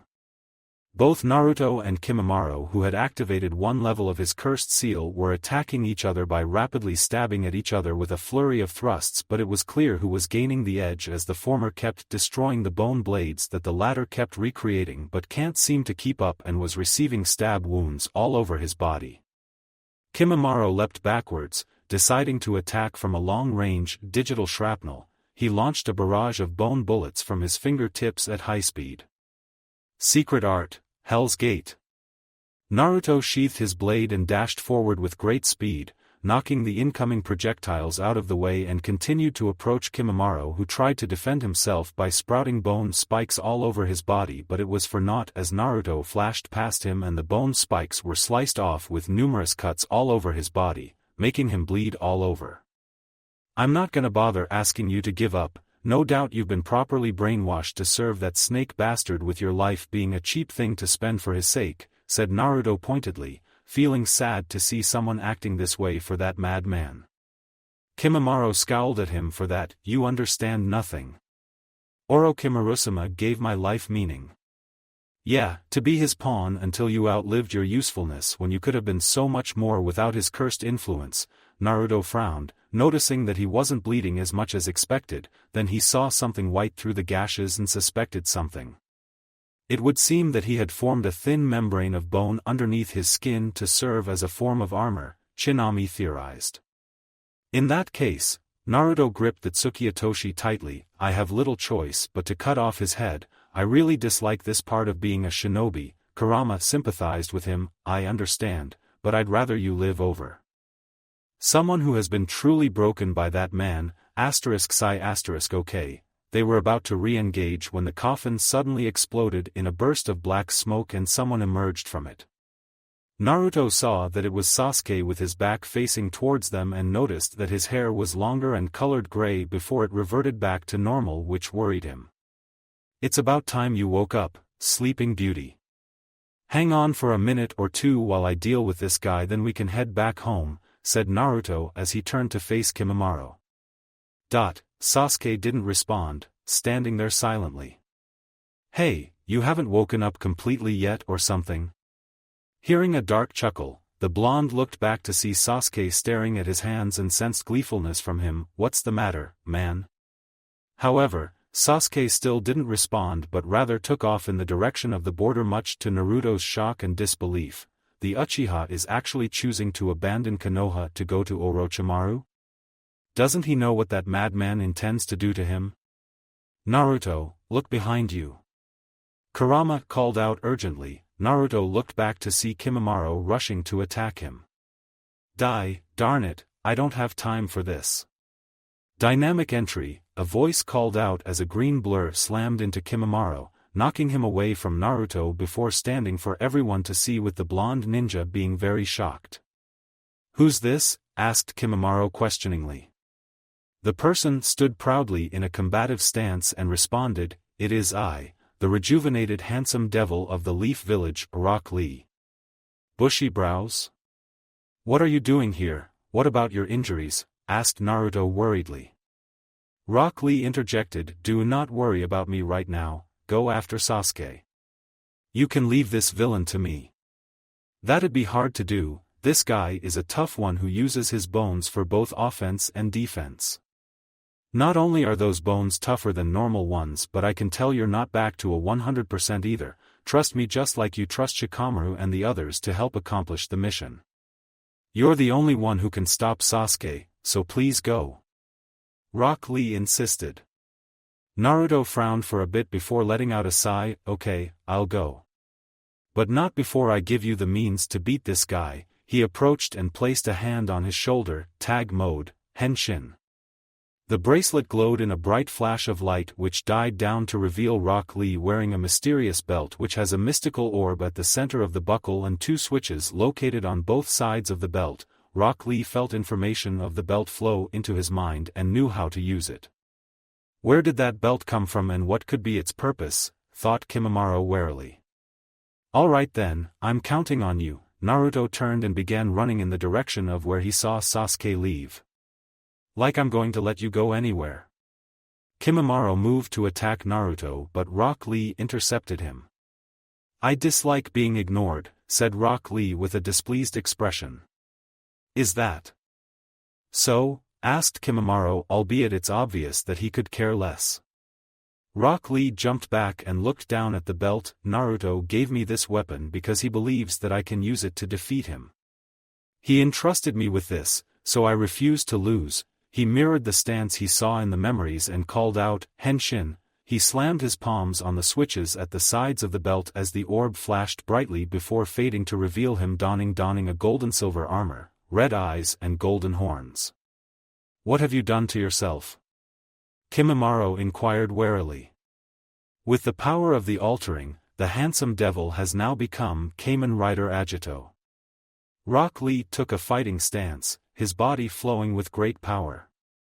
It would seem that armor has somehow enhanced his strength. How interesting. Here I come.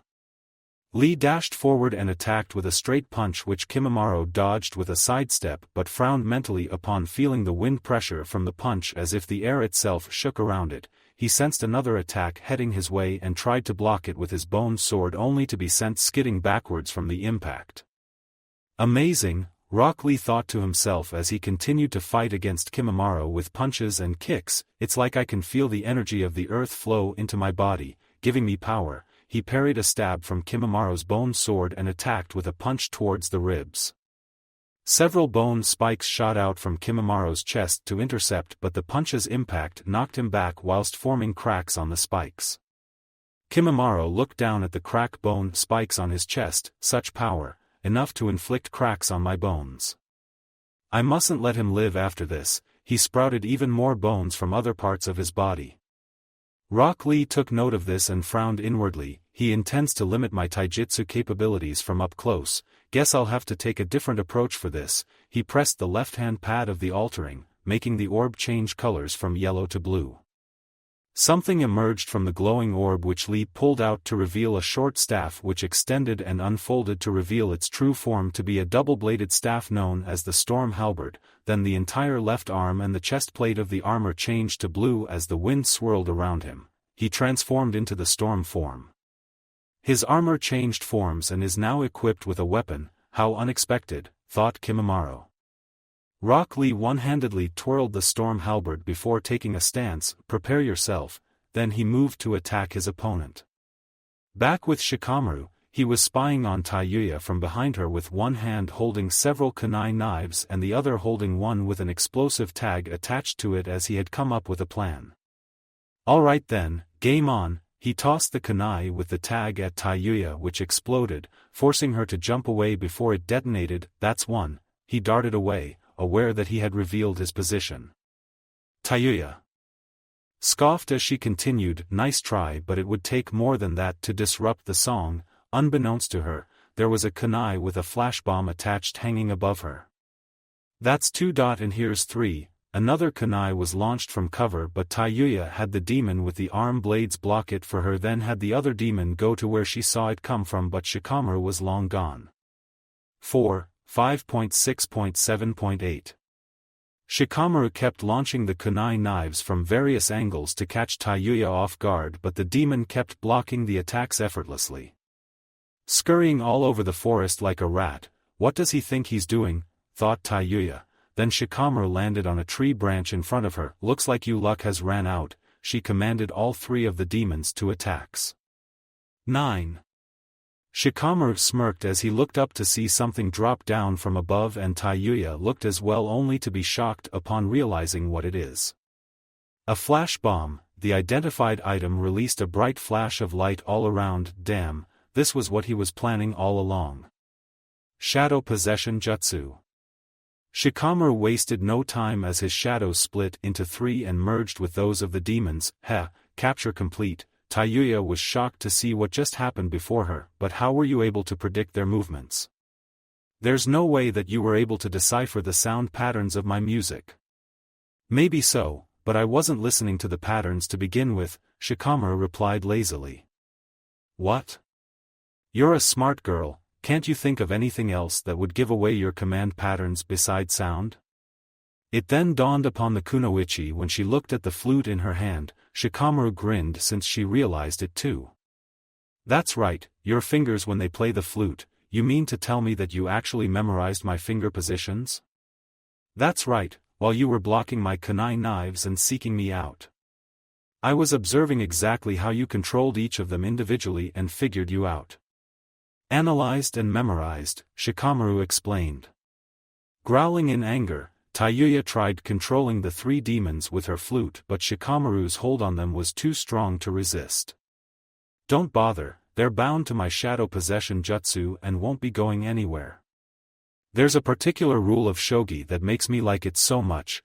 Whenever you capture one of your enemy's pieces, you can turn around and use it as your own. Which would have been the case, but, suddenly, the demons were sliced into many pieces and dropped down to the ground below, much to Taiyuya's shock, while Shikamaru stood there completely unfazed.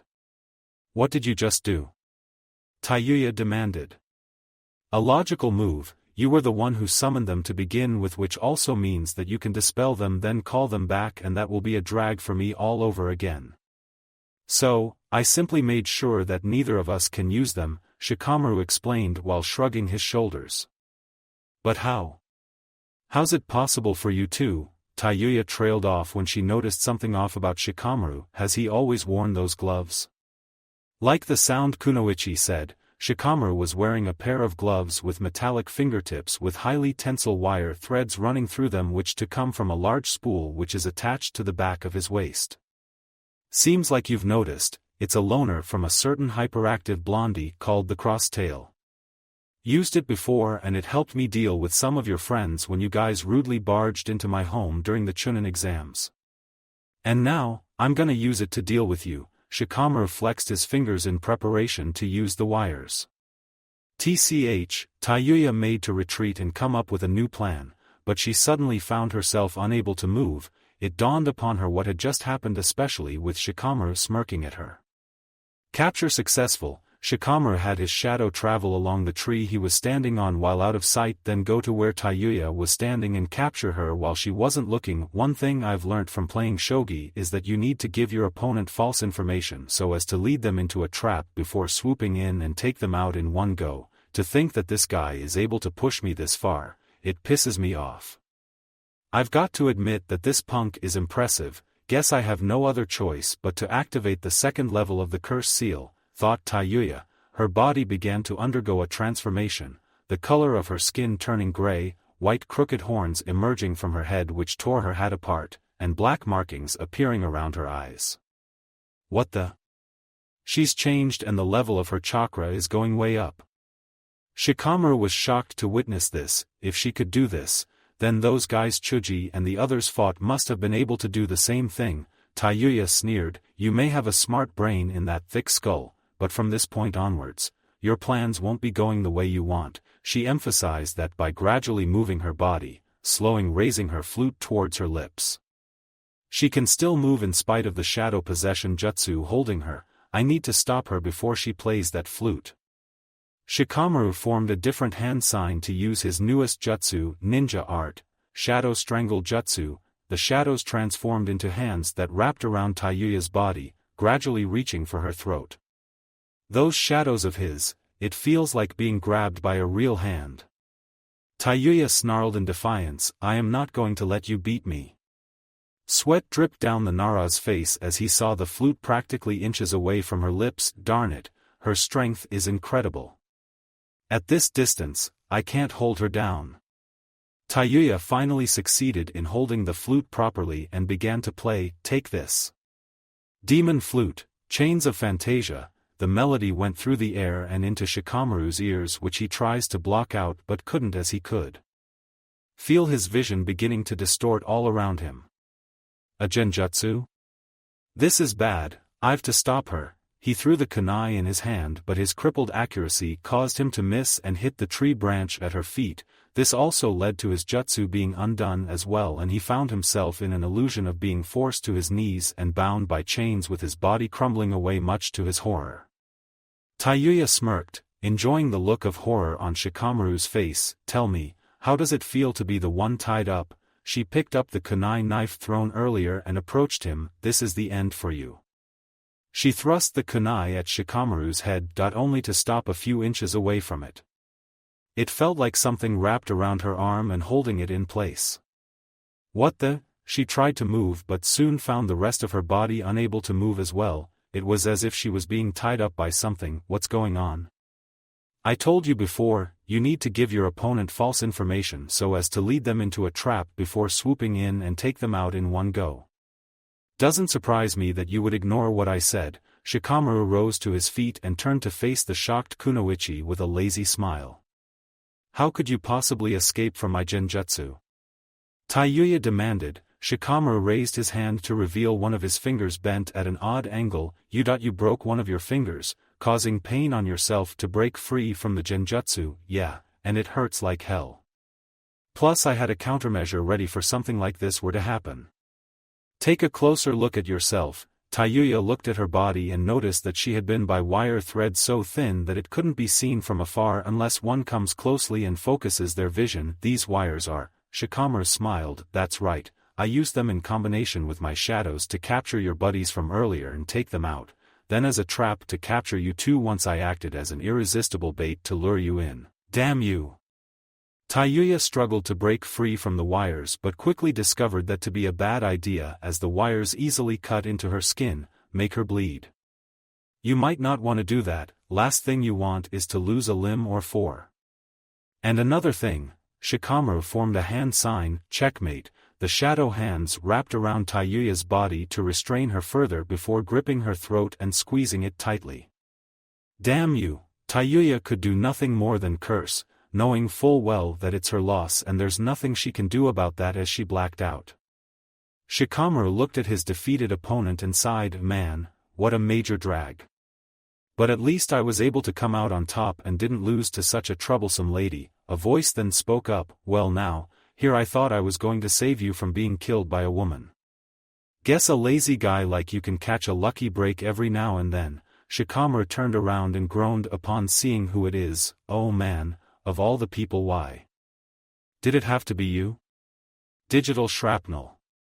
Kimimaro launched another barrage of bone bullets from his fingertips towards Lee, who twirled the storm halberd rapidly with both hands to unleash a wind vortex in front of him which blew away the bone projectiles before rushing at Kimimaro and slashing at him with his weapon. From what I can tell about this form, his speed and reflexes are greatly but his power is greatly diminished. I'll just have to find a way to land a critical strike in his weak spot, thought Kimimaro. He coughed as he felt a lot of pain in his heart. I need to hurry. Rock Lee was also having thoughts of his own. I may be able to keep up with him, but the power behind my strikes is insufficient. I'll need to change my approach once more. He reverted to his ground form and this time he pressed the right-hand pad of the altering, making the orb change colors from yellow to red. Something emerged from the glowing orb which Lee pulled out to reveal a single-edged saber with a golden crest similar to the one on Agito's head, which is known as the flame saber. Then the entire right arm and the chestplate of the armor changed to red as he began to radiate intense heat around himself. He transformed into the flame form. Kimimaro frowned at this. He changed again, and with a sword this time, he saw Lee charging towards him and launched a barrage of bone bullets from his fingertips, but he wasn't expecting him to swing the flame saber with the blade glowing with geothermal energy which sliced the projectiles cleanly in halves like a knife through butter. Rock Lee maintained his assault with a combination of flaming slashes against his opponent, who faced great difficulty as the intense heat from the flame saber could cut through his bones effortlessly. The only saving grace for him is that the flame form is the polar opposite of the storm form, as its speed is sacrificed for great power. Even so, the grazing cuts on his body more than told him that receiving a single Fulan strike will prove detrimental to himself. I have no other choice, I must go into the second level if I'm to defeat him. Kimimaro accessed the full power of the cursed seal and began to transform. His skin changed color to dark gray, fangs poking out from his lips, 6 large bone spines protruding out of his back, a long bone-spiked tail and dark black curved markings with one under each eye which is black iscleria and yellow irises. From a certain point of view, he closely resembles that of a dinosaur. He's transformed and his chakra has greatly increased. To think he still has a trump card, thought Lee warily. See that the transformation has also healed the previous injuries as well. I must commend you for forcing me into using this, but it also means that your end has come, Kimimaro stated. He bent forward as a bone began protruding out of his back, which he grabbed and pulled out of his back to reveal his new bone weapon, Clematis Dance, Vine. Rock. Lee absolutely shocked to see the kind of weapon that it is. He's using his own spine as a weapon? How is this possible? I've never seen nor heard of such a thing. Now the dance begins. Kimimaro swung the bone weapon, revealing its ability to extend and function like a whip. It was now Lee's turn to be forced into the defensive role, as the lashes of the bone whip are quick and accurate while at the same time keeping him from approaching close enough for him to attack. Unfortunately, it was at that moment when Kimimaro launched his bone whip to latch onto the flame saber by the handle and yank it out of Lee's grip, disarming him. Oh no! Lee realized that he was in trouble now that he has lost his weapon. This is your end. Kimimaro launched his bone whip once more to attack.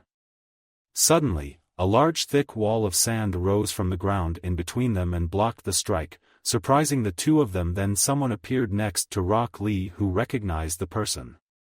Who are you? Kimimaro demanded. An ally of the Leaf Village, a shinobi of the Sand Village, the person introduced themselves. Gaia of the Desert, said Lee in disbelief. The aforementioned person turned towards him. That voice, are you Rock Lee? Indeed I am. Naruto gave me this armor in order to fight him before going after Sasuke. But why are you here? Not that I'm ungrateful, I owe the Leaf Village a great debt as well as to make up for my actions, especially to you, Gaia explained. I see, in that case, let's us fight together and defeat him. Lee stood at the ready as his reverted to the ground form. Are you sure? I can tell that he is quite formidable, asked Gaia with concern, surprising Lee as the current her is a far cry from her past persona that was a homicidal killer. Lee responded with a thumbs up. Not to worry, my flames of youth are not easily doused. He stepped forward to face his opponent. How could you hope to defeat me, even with your ally? Kimimaro retorted, preparing to use his bone whip. Because Naruto entrusted me to defeat you and I'll be remiss to fail him. In response to his burning determination to win, Lee had a vision of the original user undergoing a special transformation which instigates him to do the same. He held both hands forward in a crisscross pattern and spread them apart from each other before slamming down on both hand pads simultaneously. This caused the orb to change to purple with 3 red claw-like markings surrounding it. He was engulfed in flames which died down to reveal a severe change in armor which are now crimson red, his eyes changed to yellow and the golden horn crest also turning crimson. This is the burning form of Agito. Rock Lee could feel his fighting spirit being converted into fiery energy that is burning within as seen by the glowing red veins appearing on the armor along with the heat being emitted from him. He knew that he won't lose with this power. Rock Lee charged forward with clear intent to engage Kimimaro in close combat. The Sound Elite scoffed at this reckless tactic and swung his bone whip to attack, but Gaia intercepted by launching a tendril of sand to entangle the whip restrain it, giving Lee the needed opening to unleash a deadly combo. He started by delivering a few rapid jabs to the chest and 2 additional hook punches to the head, a straight punch to the chest, then he knocks him away with a fiery roundhouse kick. Not letting up, Lee thrust an open palm forward to a large jet of flames towards his target, who leapt out of the way and retaliated by launching bone bullets from his fingertips which were blocked by Gaia's sand much to his irritation. Kimimaro lunged at Rock Lee with bone spikes protruding from the palms to attack. However, Lee utilized the arm cutters on the forearms to destroy the bone spikes and retaliated by punching him several times in the face and chest before sending him flying with a final fiery punch.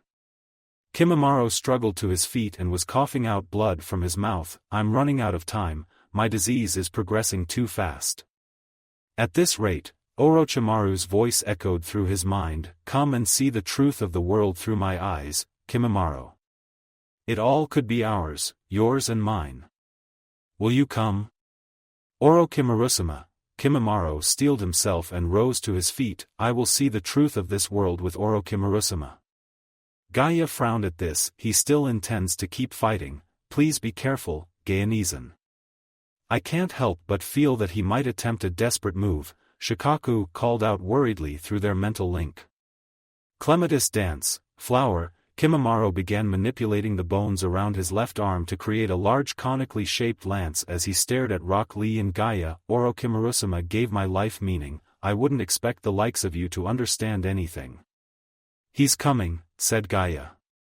Rock Lee nodded in affirmation. I know, which I am going to end this once and for all. He took a stance, standing partially sideways with one hand held out in front of him and the other positioned close to his stomach as the red veins appeared all over his armor and a large amount of energy is being channeled towards the fist.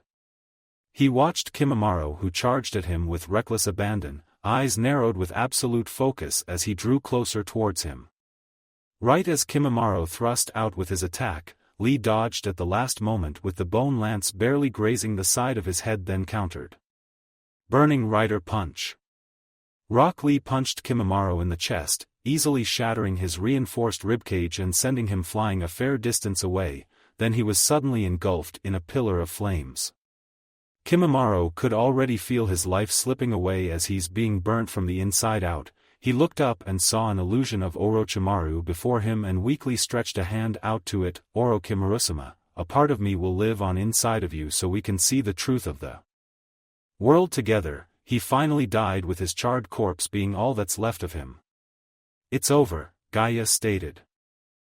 Yeah, Lee suddenly found himself on his knees as the armor disappeared, leaving the altering strap to his waist. Are you okay? I'll be fine, just that the armor and its transformations took a lot out of me. Even so, I'm glad that Naruto gave it to me to win this fight. All that is left now is for him to retrieve Sasuke. Lee turned to where he saw Naruto leave, and he will, that's a fact, hold it right there, Sasuke. Naruto yelled out. He had finally caught up with the wayward Uchiha, but the place where they stopped out was none other than the Valley of the End, where Uchiha Madara and Hashirama Senju had their final duel with the latter winning. This place, Kurama felt uncomfortable, recalling the painful memories of being used by Madara as a hypnotized attack dog. Naruto saw that Sasuke was about to move again. Take one more step and I'm gonna break your legs. At this, Sasuke stopped and slowly turned to look at Naruto, revealing that the left half of his face is covered by the curse seal and even the color of his eyes had changed. The Uchiha scoffed, "You have always been a loud person, that hasn't changed at all with you." Naruto scowled in response. He has always hated how arrogant Sasuke tends to be, and it seems to have gotten a lot worse. But one way or another, he's gonna drag this guy's ass back to Konoha. Series ends here. Thank you for watching. I hope you enjoyed it. Make sure to like and subscribe, and don't forget to share this video with your friends. Guys, make sure to help the author by visiting the link in the description. This is Fox Sage, and I'm signing off.